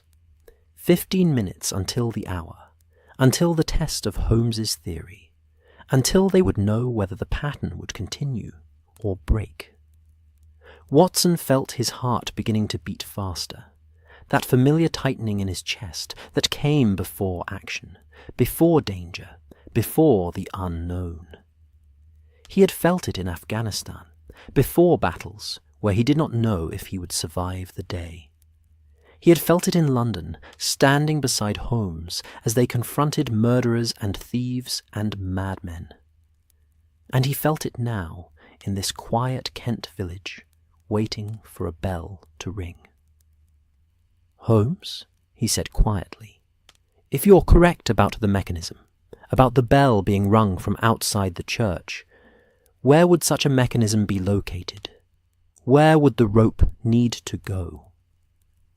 "An excellent question, Watson, and one I've been pondering. The rope descends from the bell into the church through a hole in the tower floor. That hole, if I observed correctly, is perhaps 8 inches in diameter, large enough for the rope and its wool grip to pass through, but not much larger.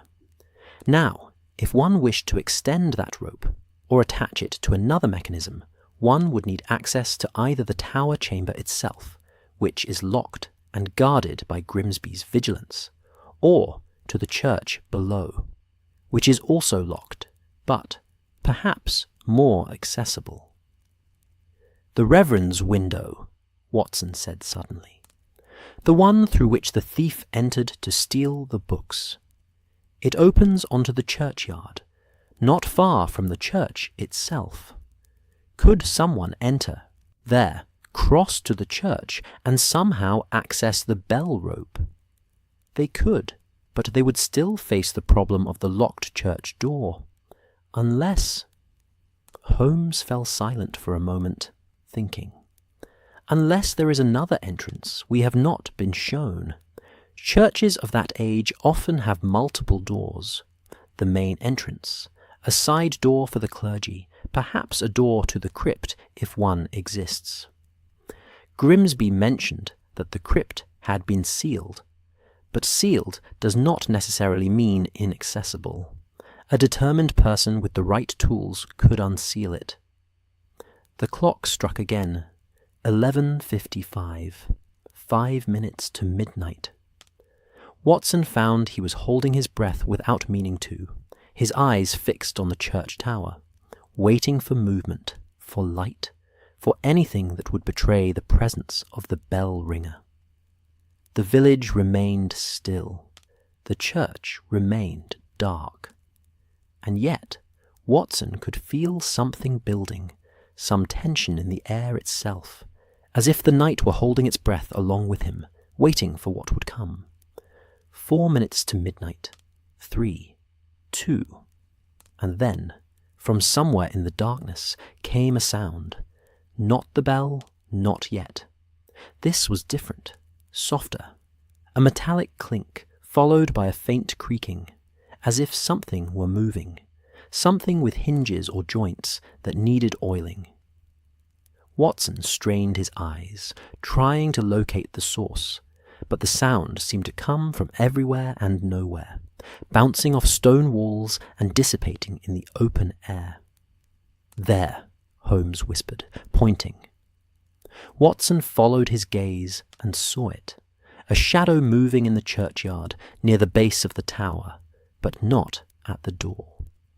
The shadow was low to the ground, barely visible even with the starlight, and it moved with purpose, with the deliberate efficiency of someone who knew exactly what they were doing and had done it before. 1 minute to midnight. The shadow reached the base of the tower and seemed to merge with it, becoming indistinguishable from the stone itself. Watson could see nothing more, no movement, no further activity. Had he imagined it? Had it been merely a trick of the light, a cloud passing over stars? And then the clock struck 12. The first chime echoed across the village, deep and sonorous from the manor's own clock, and as it faded, as if in answer, came another sound, the voice of the church bell itself, rolling out across the rooftops and fields, announcing midnight to all who had ears to hear. 1 strike, 2 strikes, 3 strikes, and then silence, profound and somehow expectant, as if the night itself were waiting to see what would happen next. Watson realized he was gripping the windowsill so hard his knuckles had gone white. He forced himself to breathe, to think, to observe, as Holmes would observe. The shadow at the base of the tower had not moved, or, if it had, the movement had been too subtle to detect in the darkness. "Did you see anyone approach the church door?" Watson asked urgently.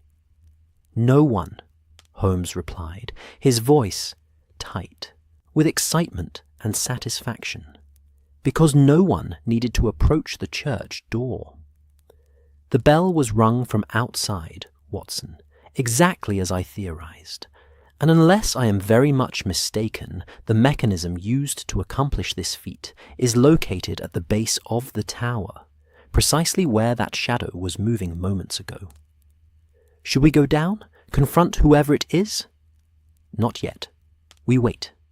Remember, the theft occurs not now, but hours later, in the small hours of morning. The bell is merely the signal, and the one who rings it is not necessarily the one who commits the theft. We must be patient, Watson. We must see the whole picture before we act." It was perhaps the most frustrating advice Watson had ever received, to stand and watch when every instinct screamed to rush down and apprehend the criminal. But he trusted Holmes's judgment, had learned through hard experience that his friend saw connections and patterns that others missed, that patience in Holmes's vocabulary meant something different from inaction.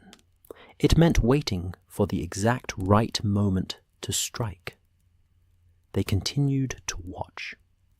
The minutes passed, marked by the slow tick of the clock below. The shadow at the base of the tower had vanished, or moved, or had never existed except as a trick of starlight and imagination. The village remained silent. Nothing stirred in the churchyard, nothing moved in the street below. And then, perhaps 20 minutes after the bell had rung, Holmes stiffened. "There," he said, his voice barely a whisper. "At the edge of the village, on the coast road. Do you see it, Watson?" Watson looked where Holmes indicated, straining his eyes. At first he saw nothing, but then, yes, a flicker of light, distant and brief, as if someone had uncovered a lantern for just a moment before concealing it again. And then, a few seconds later, another flicker, this time from a slightly different location, closer to the village. "A response," Holmes breathed. "The bell rings, and they answer with lights. It's a signaling system, Watson, coordinated across several miles. The bell tells them it is safe to proceed, and they acknowledge receipt of the message. Beautiful in its simplicity, audacious in its execution. But safe to proceed with what? The landing of smuggled goods? Almost certainly. The timing suggests ships waiting offshore, boats ready to row to shore with contraband, men stationed along the route to provide security and guidance. The bell at midnight tells them the way is clear, that no preventive officers are watching, that the operation can proceed as planned. And then, hours later, someone in the village, someone with keys or access or intimate knowledge of locks, commits a small theft to fund the operation or to provision the workers. The thefts are secondary, Watson, almost incidental. The real crime is happening on the coast, 3 miles from here, even as we stand watching. Watson felt a chill run down his spine. Then we should alert the authorities, send for the Coast Guard, and alert the criminals that we are onto them. No, Watson, We have only suspicions, not proof. We have seen shadows and lights, which could be explained away as imagination or coincidence. What we need is evidence, solid and incontrovertible. We need to catch them in the act, with the goods in hand and the mechanism exposed. And for that, we need to understand exactly how the bell is being rung and by whom. But if they're bringing in contraband tonight? They have been bringing in contraband for at least 3 nights, possibly longer. One more night will not significantly affect the outcome, but it will give us time to prepare, to understand the full scope of the operation, and to ensure that when we strike, we catch not just the foot soldiers, but the organizers, the masterminds behind this enterprise. Holmes turned from the window, and Watson could see his profile in the faint starlight, angular and determined, the profile of a hunter who has caught the scent of prey and will not rest until the chase is concluded. "Tomorrow," Holmes said, "we shall examine that tower base in daylight, when we can see properly what mechanism has been employed. We shall speak again with Grimsby, with Blackwood, with anyone who has knowledge of the church's structure and history. We shall trace the signal lights, determine where they originated and where they led. And tomorrow night, Watson, we shall be ready. We shall watch not just the church, but the coast road, and we shall see what cargo these midnight smugglers are so anxious to land on England's shores." They retired from the window then, though Watson knew neither of them would sleep much. His mind was too active, too full of questions and theories. Who in the village was involved? Was it one person or several? Were they motivated by greed or by desperation? And what were they smuggling? The traditional contraband of brandy and tobacco, or something else, something that required this level of organization and risk? He lay in his bed, listening to the sounds of the old house settling around him, the creak of timbers and the whisper of wind through cracks in the window frame. Somewhere below, the grandfather clock struck 1, then 2, marking the hours when the actual theft would be occurring, when someone would be moving through the darkness with keys or tools, taking what they needed to sustain their criminal enterprise. In the room next door, he could hear Holmes moving about, unable or unwilling to rest, his mind no doubt racing through possibilities and scenarios. Watson smiled in the darkness, comforted by the familiar sound of his friend's restless intelligence at work. Together, they had faced many mysteries, solved many crimes, and this one, while unique in its details, followed patterns they had seen before: human greed and human ingenuity, the eternal contest between law and lawlessness, order and chaos. The night wore on toward dawn, and the village of Ashdown St. Mary slept on, unaware that tomorrow would bring revelations that would shake its peaceful foundations to their very core. In the church tower, the bell hung silent once more, its work done for the night, waiting with bronze patience for the next time it would be called upon to speak.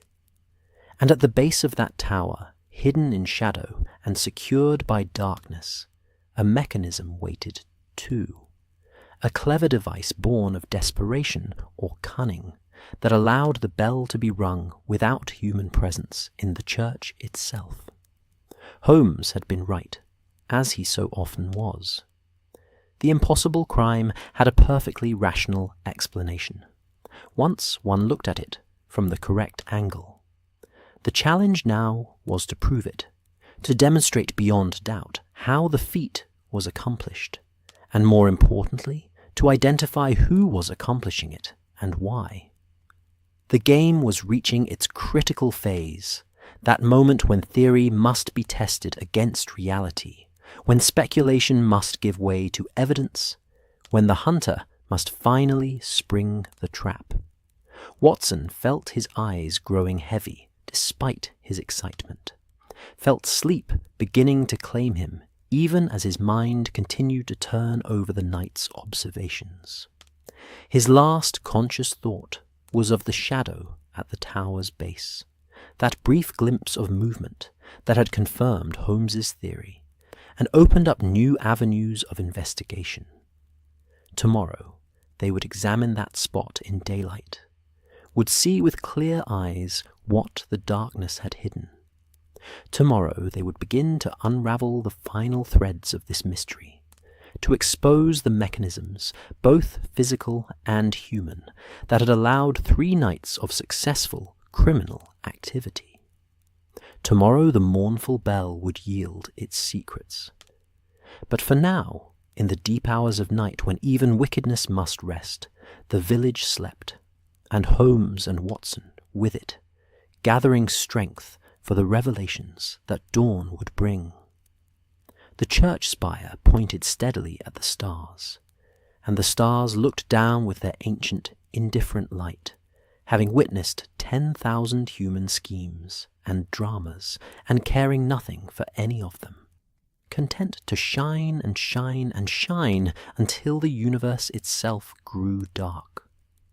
Dawn came slowly to Kent, reluctant as a child called to lessons, the sky lightening by grudging degrees from black to grey to that particular shade of pale gold that belongs to autumn mornings when the year is dying but not yet dead. Watson woke to find Holmes already dressed and standing at the window, watching the village stir to life below. Smoke beginning to rise from chimneys, doors opening to admit the morning air, the faint sounds of human activity resuming after the long silence of night. "Good morning, Watson," Holmes said, without turning from the window. "I trust you slept better than I did, which is to say I hope you slept at all. I confess I managed perhaps 2 hours, and those fitfully, my mind too occupied with mechanisms and motives to permit proper rest." Watson rose and dressed quickly, splashing cold water on his face from the basin provided, feeling the shock of it drive away the last cobwebs of sleep. "Have you been watching all night?" "Not all night, but since before first light. I wanted to see if anyone approached the church in the early hours, if our thief or thieves would make their move as predicted.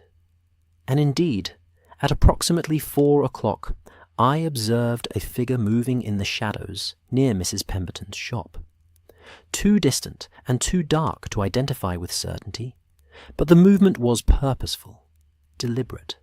Someone who knew exactly where they were going and what they were doing. Another theft, then. Almost certainly. We shall discover what was taken when the village fully wakes. But first, Watson, I wish to examine that tower base to confirm my theory about the bell mechanism. The light is sufficient now, and the village is not yet fully alert. We may have a few minutes of privacy to investigate without drawing undue attention. They descended quietly, not wishing to wake the Colonel's household, and let themselves out through the kitchen door. The morning air was sharp and cold, carrying the scent of frost and wood smoke, and their breath misted before them as they walked down the hill toward the church. The village was waking, but not yet awake, curtains being drawn back, the sound of someone coughing, a dog barking in the distance. But the streets themselves remained largely empty. The church loomed before them, its stones grey and ancient in the early light, its windows reflecting nothing, its door closed as if in sleep or prayer or stubborn resistance to the world's demands. The churchyard around it was peaceful, the graves decorated here and there with late flowers that had survived the first frosts, the yew trees standing sentinel as they had for centuries, indifferent to the small dramas of human life and death that played out in their shadows. Holmes moved directly to the base of the tower, to the spot where Watson had seen the shadow moving the night before. The ground here was hard-packed earth and gravel, beaten down by centuries of feet, with clumps of grass growing in patches where the sexton's maintenance had been less thorough. At first glance, there was nothing unusual, nothing to suggest any kind of mechanism or device. But Holmes, kneeling on the cold ground with his magnifying glass in hand, saw what ordinary eyes would miss. "Here, Watson," he said quietly, pointing to a spot where the gravel seemed slightly disturbed, pushed aside to reveal a section of stone beneath. "Do you see this? It's not natural stone, not part of the church foundation. It's a separate piece, fitted into the ground but not fixed permanently. And here," he brushed away more gravel, revealing the edge of the stone, "here is where it can be lifted." He inserted his fingers into a narrow gap and pulled. The stone, perhaps 2 feet square and several inches thick, lifted away with surprising ease, revealing beneath it a hollow space, a cavity carved into the earth itself. And within that cavity, coiled like a sleeping serpent, was rope. Not the bell rope itself, that hung inside the church, secured on its peg, as Grimsby had demonstrated. This was a second rope, one end of which disappeared into the darkness of the hollow, while the other end was securely fastened to what appeared to be a wooden pulley or wheel attached to the underside of the removable stone. Holmes's eyes gleamed with satisfaction as he examined the mechanism. "Ingenious, Watson, remarkably ingenious. Observe how it works. The bell rope inside the church has been extended, either by knotting additional rope to it, or by some other means of attachment. That extension passes through some opening in the tower wall. We shall need to examine the interior to confirm exactly where, and descends into this cavity. A person standing here can pull this secondary rope, which, in turn, pulls the main bell rope inside the church, causing the bell to ring exactly as if someone were standing in the church pulling the rope directly. The pulley mechanism provides leverage, making it possible for even a person of modest strength to accomplish the task.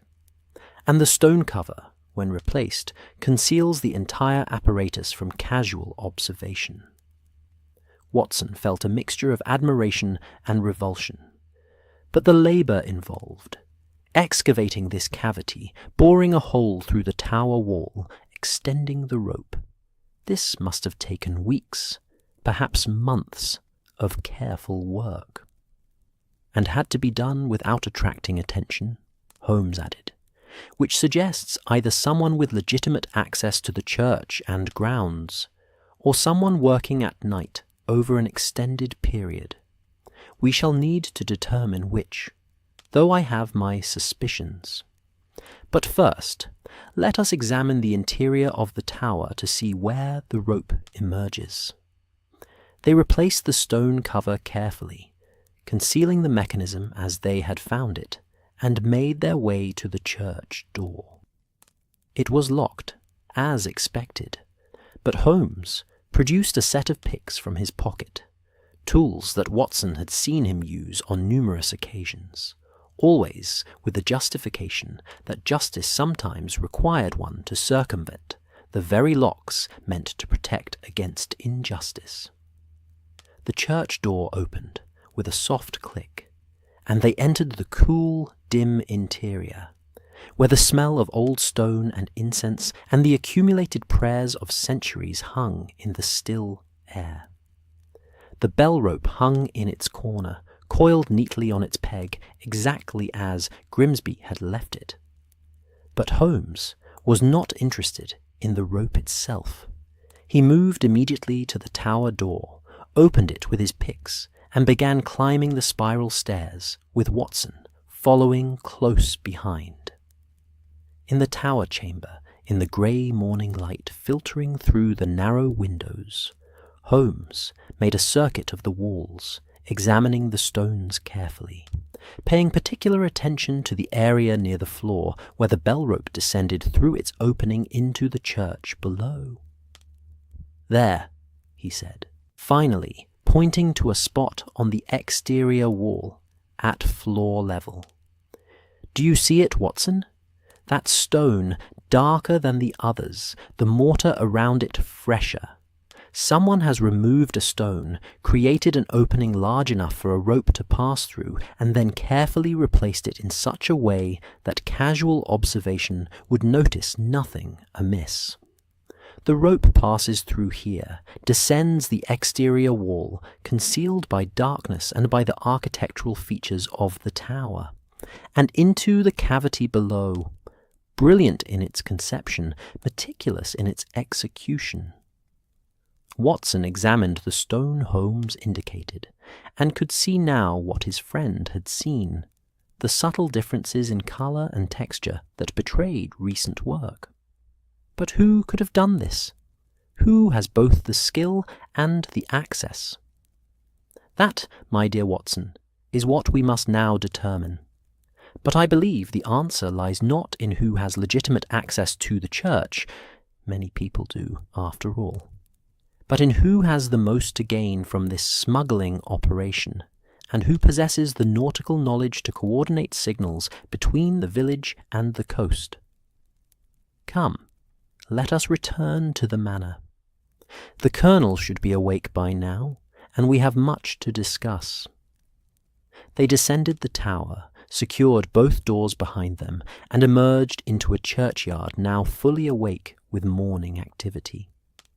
Grimsby was there, sweeping the church path with slow, methodical strokes, and he nodded to them with a knowing look that suggested he was not surprised to find London gentlemen emerging from his church at dawn. "Finding what you expected to find, Mr. Holmes?" he asked, his old eyes sharp beneath bushy white brows. "Indeed I am, Mr. Grimsby. Tell me, in your 50 years as sexton, have you ever noticed any repairs or modifications to the tower wall, particularly near the base?" The old man leaned on his broom, considering. "Can't say as I have. Not in recent years. Though there was some work done 5, maybe 6 years back, when we had that terrible winter and some of the stones needed repointing. Young Hodges did most of it. Well, young Hodges's father, I should say. Old Matthew Hodges, before he passed. He was a mason as well as a blacksmith, knew his way around stone and mortar.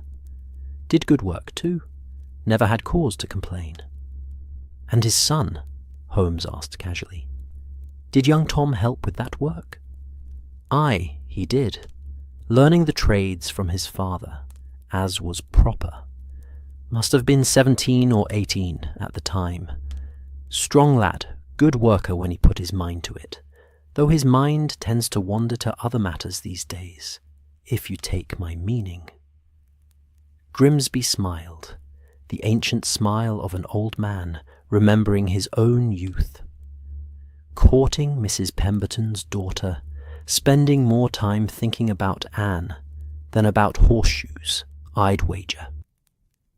Holmes and Watson exchanged glances, and Watson could see the pieces beginning to fall into place in his friend's mind, connections forming, patterns emerging from what had seemed like chaos. They found Colonel Hartley at breakfast, looking tired and frustrated. "Watched all night," he reported between bites of eggs and bacon. "Saw nothing unusual except the bell ringing at midnight, exactly as before. No one approached the church, no one moved in the village streets. It's as if the bell rings itself, though I know that's impossible. And this morning we have confirmation of another theft, brandy and tobacco from the Bell and Anchor, taken from the locked storeroom behind the bar. The landlord, Mr. Jessup, is beside himself. Brandy and tobacco, Holmes mused. Classic smuggling goods, Colonel. The very items that smugglers would wish to avoid importing legally, due to the heavy duties imposed upon them. I believe we are beginning to see the full picture of this operation. He explained what they had discovered at the tower base, the ingenious mechanism that allowed the bell to be rung from outside the church, the hole bored through the tower wall to allow the rope to pass. The colonel listened with growing astonishment and then anger, his military bearing stiffening as he realized the violation that had been committed. "The church," he said, his voice tight. "They've desecrated the church itself, turned it into a tool for criminal enterprise. It's unconscionable, Mr. Holmes. These people must be caught and punished to the fullest extent of the law." "They will be, Colonel, but we must be strategic. If we move too quickly, we risk catching only the minor players while the organizers escape. We need to understand the full scope of the operation, who is involved, how the goods are moved from the coast to their final destination, who the buyers are. Tonight, I propose we do more than simply watch the church. Tonight, we follow the signal." "Follow it where?" Watson asked. "To the coast, Watson, to wherever these smuggled goods are being landed. We shall position ourselves along the coast road and watch for the signal lights I observed last night. When they appear, we shall follow them to their source. And when the smugglers arrive with their cargo, we shall be waiting." "A dangerous proposition," the colonel observed. "Smugglers are often armed, desperate men. I've read accounts of violent confrontations with the preventive services in years past." "Which is why," Holmes said, "we shall also need to alert the authorities. But carefully, Colonel. Very carefully. If there are Confederates within the village, and I believe there are, word of our plans could reach the smugglers before we can act. We need someone trustworthy, someone beyond suspicion." "Constable Dumfries is honest, if not brilliant," the colonel said.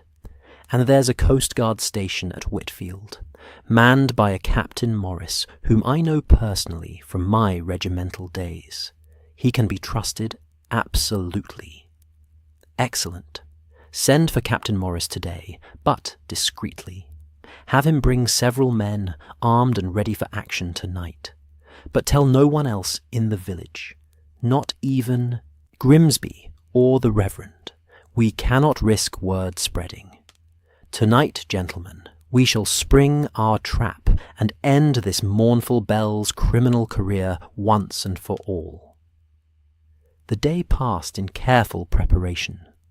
The colonel sent a private message to Captain Morris, carried by a trusted groom who was told nothing of its contents. Holmes spent hours studying a map of the local area, tracing possible routes from the coast to the village, identifying locations where contraband could be concealed, where lookouts might be posted, where the smugglers would be most vulnerable to interception.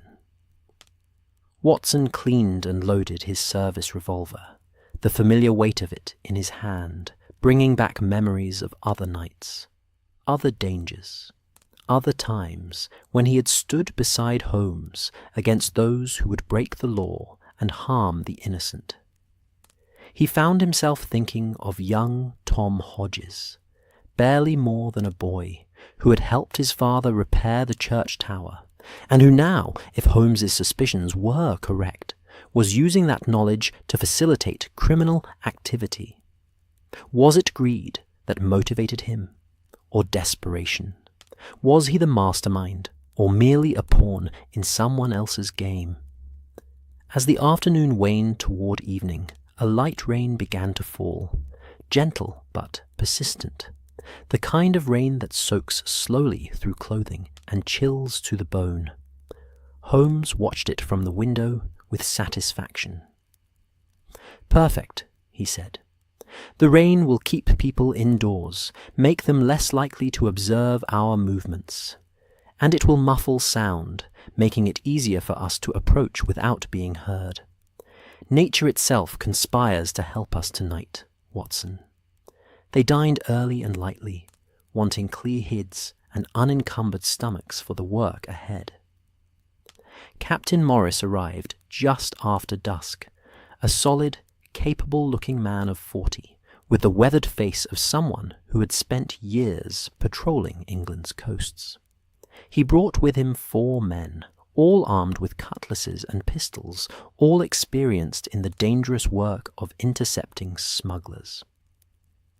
"The Colonel has explained the situation," Morris said, his voice low and professional.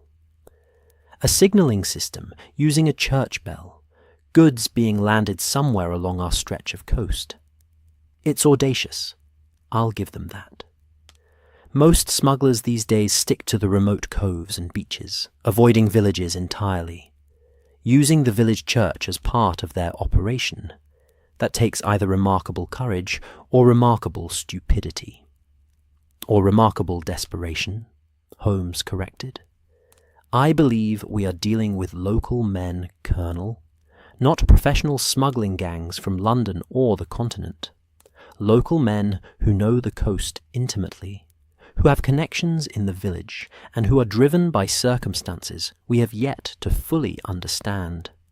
That makes them unpredictable, possibly more dangerous than professional criminals who follow established patterns." As the church clock struck 9, they gathered in the Colonel's study for final instructions. Holmes had marked 3 positions on his map, locations along the coast road where they could observe without being observed, where they would have clear views of any signal lights and could track the movement of men and cargo. "We separate into 3 groups," Holmes explained. "Watson and I will take the position closest to the village. Colonel, you and Constable Dumfries will take the middle position. Captain Morris, you and your men will position yourselves nearest the coast, where the goods are likely to be landed. We communicate using whistle signals. 1 blast means movement observed, 2 blasts mean danger or need for assistance, 3 blasts mean close in and apprehend. Is that clear?" They all nodded, the gravity of the situation evident on every face. This was not a game, not an intellectual puzzle to be solved from the comfort of Baker Street. This was real danger, real criminals, and possibly real violence before the night was through. "One more thing," Holmes said quietly. "We are seeking justice, not vengeance. These men, whoever they are, deserve their day in court, a fair trial under English law. We use force only if necessary to defend ourselves or to prevent escape. Our goal is arrest, not bloodshed. Are we agreed?" "Agreed," came the chorus of voices, and Watson felt a surge of affection for his friend, who even in the pursuit of criminals remembered that they too were human, that justice meant something more than simple retribution. They dressed in dark clothing and ventured out into the rain-soaked night, spreading out along the coast road according to Holmes's plan, taking up positions in hedgerows and behind stone walls, settling in to wait for midnight and whatever revelations it would bring. The rain fell steadily. The darkness was complete.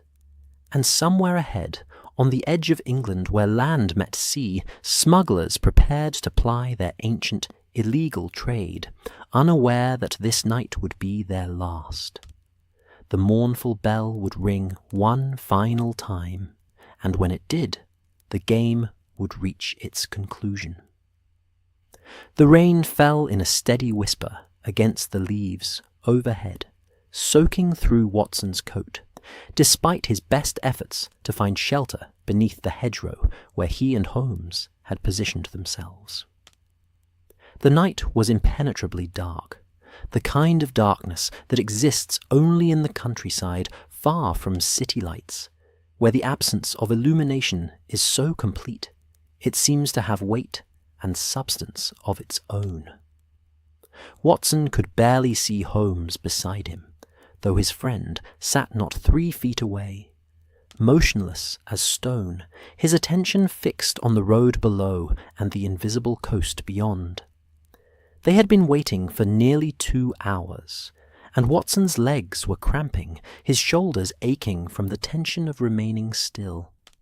He shifted slightly, trying to ease the discomfort without making noise, and felt Holmes's hand on his arm, a gentle pressure that meant, "Be still, be patient, it will come." And Holmes was right, as he so often was.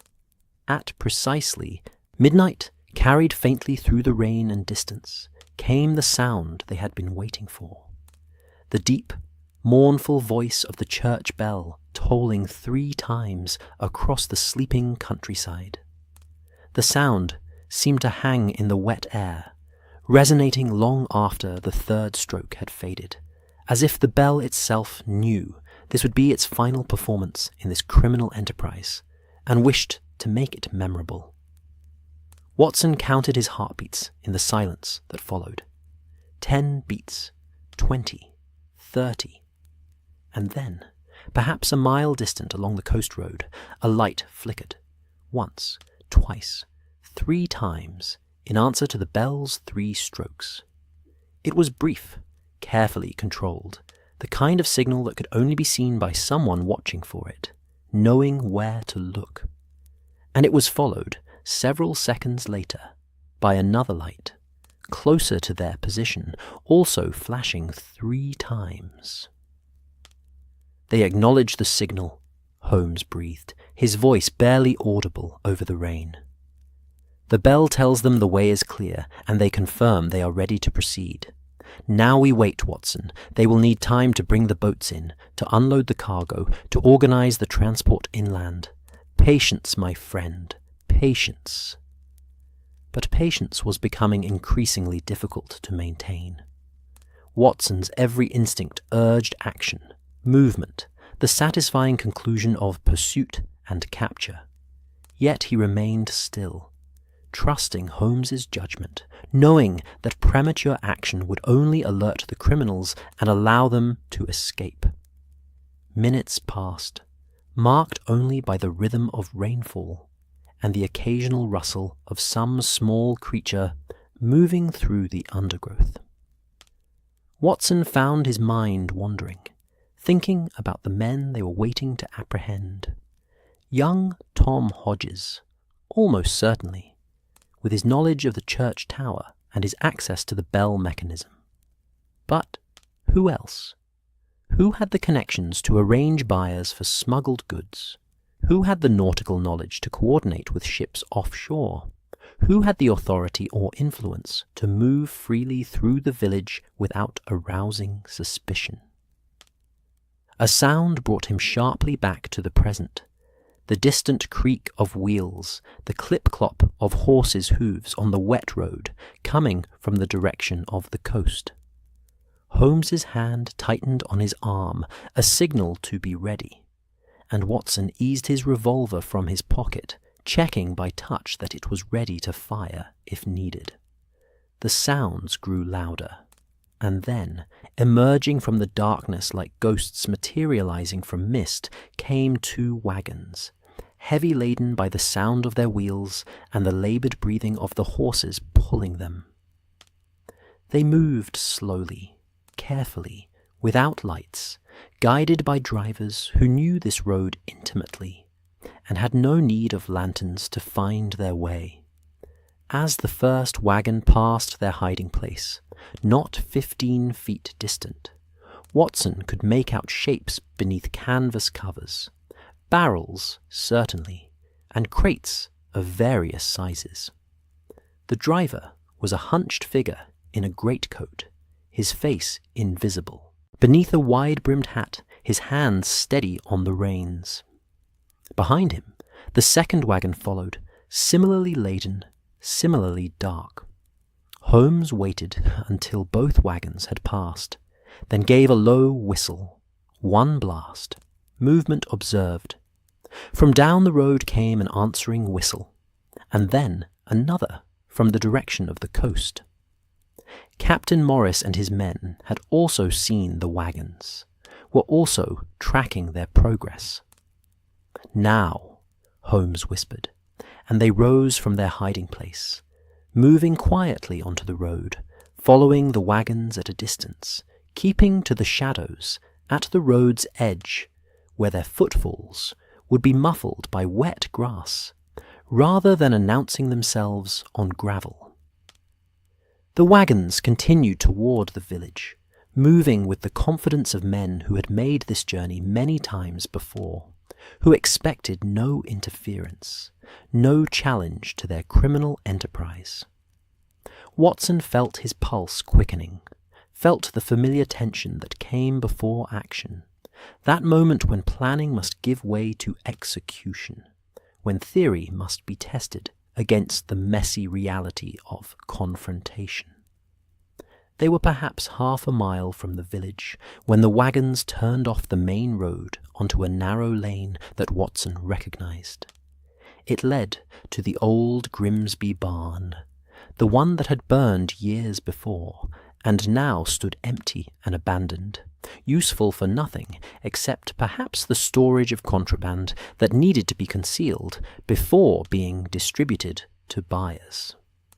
Holmes quickened his pace, and Watson matched him. Stride for stride, both men moving with the practiced efficiency of those who had done this many times before, who knew how to work together without need for words or signals. Behind them, Watson could hear other footsteps, the Colonel and Constable Dumfries closing in from their position, and from ahead, circling around to cut off escape, Captain Morris and his Coast Guard men. The wagons stopped before the dark bulk of the barn, and figures jumped down, 3 from the first wagon, 2 from the second. They moved to open the barn doors, and in that moment, as they were occupied with their task, Holmes gave the signal. 3 sharp whistle blasts that cut through the rain like a knife through cloth. "In the King's name, stand fast!" Captain Morris's voice rang out from the darkness, and suddenly the scene was illuminated by the harsh light of bull's-eye lanterns, revealing the smugglers frozen in surprise and fear, caught like actors on a stage by an unexpected spotlight. For a moment, no one moved. The 5 men at the wagons stood paralyzed, their faces showing shock and calculation in equal measure. Watson recognized young Tom Hodges immediately, his boyish features twisted with panic, his hand still on the barn door. Beside him stood the landlord of the Bell and Anchor, Mr. Jessup, and 3 other men Watson did not recognize, rough-looking characters with the weathered faces of sailors or fishermen, men accustomed to hard work and harder living. "Do not attempt to flee," Holmes called out, his voice calm, but carrying clear authority. "You are surrounded, outnumbered, and your criminal enterprise is at an end. Surrender peacefully, and it will go easier for you in court." For a long moment, Watson thought they would comply, that the sight of armed Coast Guard officers and the hopelessness of their position would overcome any thought of resistance. Young Tom Hodges actually raised his hands, his face crumbling into something like relief that the game was finally over. But Mr. Jessup had other ideas. "Run!" he shouted, and bolted into the darkness away from the barn, abandoning his companions and his wagons in a desperate bid for freedom. 2 of the sailors followed his lead, scattering in different directions, their local knowledge telling them where paths and hiding places might be found in the dark countryside. "After them!" Captain Morris commanded, and his men gave chase, their boots pounding on wet ground, their shouts echoing through the night as hunter pursued prey through fields and hedgerows. Holmes and Watson remained with young Tom and the remaining sailor, who had chosen surrender over flight, and now stood with their hands raised, their shoulders slumped in defeat. The colonel kept his pistol trained on them, while Constable Dumfries produced manacles and began securing the prisoners. "Tom Hodges," Holmes said quietly, approaching the young man, whose face was now streaked with tears as well as rain. "Why? What drove you to this? Surely you must have known you would be caught eventually, that this could not continue indefinitely." Tom's voice, when he finally spoke, was barely audible over the rain. "Debt, Mr. Holmes. Gambling debts in Whitfield, more money than I could ever earn shoeing horses. They threatened to tell Anne's mother, to ruin any chance I had of marrying her. Mr. Jessup said he could help. Said there was easy money to be made running goods from the coast, that no one would ever know. He knew about the church tower, knew I'd helped my father with the repairs. He had it all planned out, the bell mechanism, the signal system, everything. I just had to work the bell rope a few nights, help unload the wagons. He said it was harmless, that we were just avoiding unjust taxes, that smuggling was an old Kent tradition." His voice broke completely. "I never meant for it to go this far. I never meant to dishonour the church, to betray the village's trust." Watson felt an unexpected surge of pity for the young man. Here was no hardened criminal, no professional smuggler without conscience or remorse. Here was simply a boy who had made a terrible mistake, who had allowed desperation and fear to lead him into criminality, and who would now pay the price for that choice with years of his life. "And the thefts from the village?" Holmes asked. "The colonel's silver, Mrs. Pemberton's provisions, the reverend's books?" "That was Jessup's idea too," Tom said miserably. "He said we needed the silver, to pay the suppliers, the food, to provision the men who worked the boats. The books.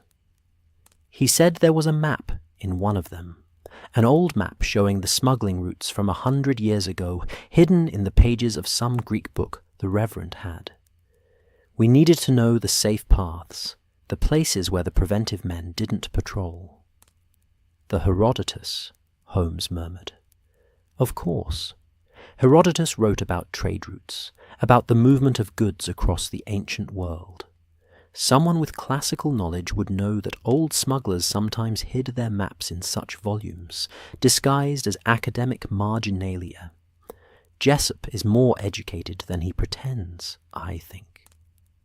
From the darkness came shouts, and then Captain Morris emerged, leading 2 of his men, who had in custody the captured sailors. They were bedraggled and defeated, their attempt at flight having ended in muddy fields and the professional competence of men trained to chase down criminals along England's coasts. 2 secured, Morris reported, but Jessup got away. He knows this country too well, had too much of a head start. We'll find him, though. A man like that can't hide forever, not in a small community where everyone knows everyone. We'll alert the surrounding villages, watch the ports, send word to London. He'll be caught within the week, I'd wager." Holmes nodded, though Watson could see a flicker of frustration in his friend's eyes. Holmes did not like loose ends, did not like allowing any criminal to escape justice, however, temporarily. But Watson knew that the major victory had been won.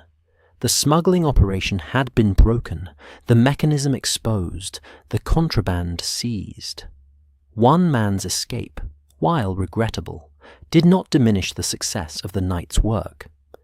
They spent the next hour securing the scene, inventorying the contraband in the wagons. Dozens of barrels of French brandy, cases of fine tobacco, bolts of silk and lace, all goods that had evaded His Majesty's customs and excise duties. The value, Captain Morris estimated, was several £1,000s, representing months of smuggling operations and a significant loss to the Crown in unpaid taxes. As the rain finally began to ease, and the first hint of dawn touched the eastern sky, they made their way back to the village, the prisoners walking ahead under guard, the wagons following with new, legal drivers at the reins. The church bell, visible now in the growing light, hung silent in its tower, its career as a signal device at an end, ready to return to its proper function of calling the faithful to worship and marking the hours of legitimate village life. Colonel Hartley walked beside Holmes and Watson, his face showing satisfaction despite his fatigue. "A good night's work, gentlemen. The smuggling ring broken, the criminals captured, most of them anyway, and the village's peace restored. I cannot thank you enough, Mr. Holmes, Dr. Watson. Without your insight and persistence, this could have continued indefinitely. The credit belongs as much to Captain Morris and his men," Holmes said graciously, "and to you, Colonel, for having the wisdom to send for outside assistance, rather than attempting to handle the matter locally, where loyalties and relationships might have compromised the investigation." They reached the village as the church clock was striking 6, and already doors were opening, faces appearing at windows, the residents emerging to discover what the night's activity had meant, why armed men were marching through their streets with prisoners in tow. Mrs. Wickham stood in her doorway, her nightcap still on her head, her hand pressed to her mouth in shock. Mrs. Pemberton emerged from her shop, her face showing a complex mixture of vindication and dismay, pleased that the thieves had been caught, distressed that one of them was young Tom Hodges, who had been courting her daughter. Reverend Blackwood came hurrying from the vicarage, his cassock thrown hastily over his nightshirt, his face showing both relief and sorrow as he took in the scene. When he saw Tom Hodges among the prisoners, his shoulders sagged, and he approached the young man with gentleness and compassion. "Oh, Tom," he said softly, "what have you done?" "I'm sorry, Reverend," Tom whispered. "So sorry. For everything. For the church, for the bell, for betraying everyone's trust. I know sorry doesn't change anything, but I am. Truly." Blackwood placed a hand on the young man's shoulder, and Watson saw tears in the clergyman's eyes. "We shall pray for you, Tom. Pray for your soul, and for forgiveness, and for the strength to bear what is coming. God is merciful, even when we are not merciful to ourselves." They proceeded to Constable Dumfries's small office, where the prisoners were formally charged and secured to await transport to the assizes in Whitfield. Captain Morris took possession of the contraband, documenting everything with meticulous care, ensuring that the evidence would be sufficient to secure convictions. Holmes gave his statement, laying out in clear, precise language the mechanism of the crime, the signal system, the coordination between the village and the coast. As the morning sun finally broke through the clouds, casting golden light across the village that gleamed on wet stones and made the puddles in the street shine like scattered coins, Holmes and Watson stood once more before the church, looking up at the tower where the bell hung silent. "It will ring again," Holmes said quietly, "for Sunday services, for weddings and funerals, for all the proper purposes that bells were made for. The church has been cleansed, the mechanism removed, the stone cover taken as evidence. The mournful bell will mourn no more for criminal enterprise, only for those losses that deserve mourning. The passing of the seasons, the ending of lives, the eternal human sorrow that no law can prevent and no detective can solve." Watson smiled, recognizing in his friend's words that philosophical, Melancholy that sometimes overtook Holmes when a case concluded, when the intellectual challenge was over and he was left once more to face the ordinary world with its ordinary crimes and ordinary sorrows. "You solved it brilliantly," Watson said. "The mechanism, the signal system, the coordination. You saw what no one else could see, understood what seemed impossible to understand." "I saw patterns, Watson. I always see patterns. That is my gift and my curse, to see the mechanisms beneath the surface, to understand how things work, even when others believe them to be magic or mystery. But seeing the pattern does not necessarily bring satisfaction. Young Tom Hodges will go to prison, his life ruined before it properly began. Anne Pemberton will lose the man she loved, or thought she loved. The village will bear the shame of knowing that one of its own betrayed the trust placed in him. These are the true costs of crime, Watson. Not the stolen silver or the evaded taxes, but the broken relationships, the shattered trust, the lives diverted from their proper courses into darkness and regret." They stood in silence for a moment, two friends bound by countless shared experiences, by dangers faced together and mysteries solved in partnership. The village around them was fully awake now, people gathering in small groups to discuss the night's events, to marvel at the capture of the smugglers, to shake their heads over Tom Hodges's fall from grace. "Shall we return to London?" Watson asked. "The case is solved, the criminals caught. There's nothing more for us here." "Soon," Holmes agreed, "but not immediately. I should like to see the bell mechanism fully removed to ensure no trace of the criminal apparatus remains. And I should like to speak once more with Tom Hodges, to understand fully how Jessup recruited him, how the operation was structured. Knowledge, Watson, is never wasted, and each case teaches us something that may prove valuable in future investigations." They spent the remainder of that day in Ashdown St. Mary, watching as workmen under Captain Morris's supervision removed the secret mechanism from the tower base, restoring the ground to its proper state. Grimsby supervised with fierce attention, determined that his church should be returned to its rightful sanctity, that no trace of criminal desecration should remain. In the evening, as the sun set over the Kent countryside, painting the sky in shades of amber and rose, Holmes and Watson took one final walk through the village, observing its return to normalcy. Children played in the street, their laughter high and clear. Smoke rose from chimneys as dinners were prepared. The church bell rang for evensong, its voice pure and true, calling the faithful to prayer and thanksgiving, to acknowledgement of both sin and grace. At the Bell and Anchor, now under temporary management while its owner was hunted across the countryside, they stopped for a final pint of local ale, sitting in the snug by the fire while rain began falling again outside, the gentle rain of autumn that would nourish the earth and prepare it for winter's rest. "Do you think they'll catch Jessup?" Watson asked. "Eventually," Holmes said with certainty. "A man like that, educated enough to know about classical texts and map-hiding traditions, will find it difficult to simply disappear into the working class. He'll try to reach London, I expect, where he can blend into the city's anonymity.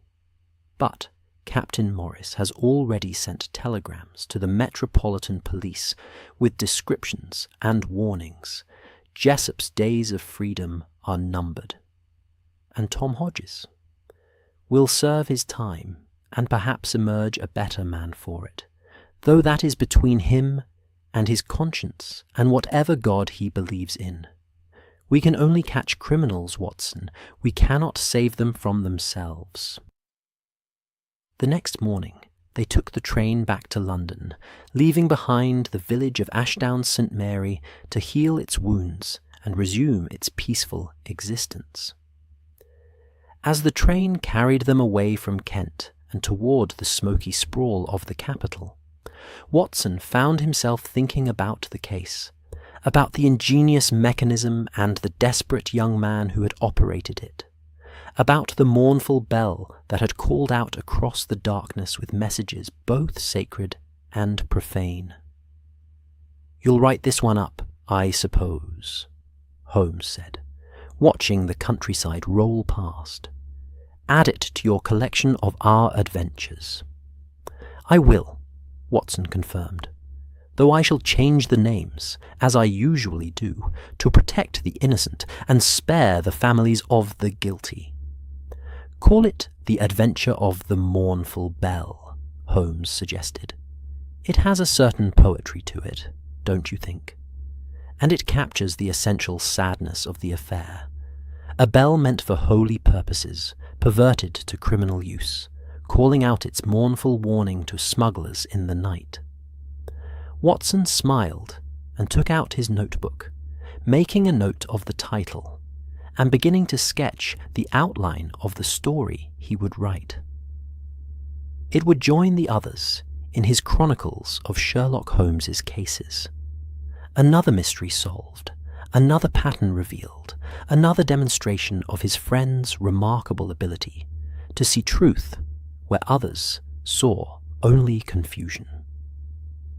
The train rattled on toward London, carrying them home to Baker Street, to Mrs. Hudson's cooking and the comfortable chaos of their shared rooms, to the next case and the next mystery, and all the tangled human dramas that would require Holmes's unique talents to unravel. Behind them, in the village of Ashdown St. Mary, the church bell hung in its tower, silent now except for its proper purposes, ready to call the faithful to worship, to celebrate joy, to mourn loss, to mark the passing hours of peaceful English village life. The mournful bell had sung its last criminal song, and the countryside, wrapped in autumn rain and gathering darkness, settled back into the ancient rhythms that had sustained it for centuries, where the seasons turned, where the land endured, and where the small dramas of human crime and punishment played out beneath the vast, indifferent sky that watched over all. The adventure was complete, the mystery solved, the criminals caught.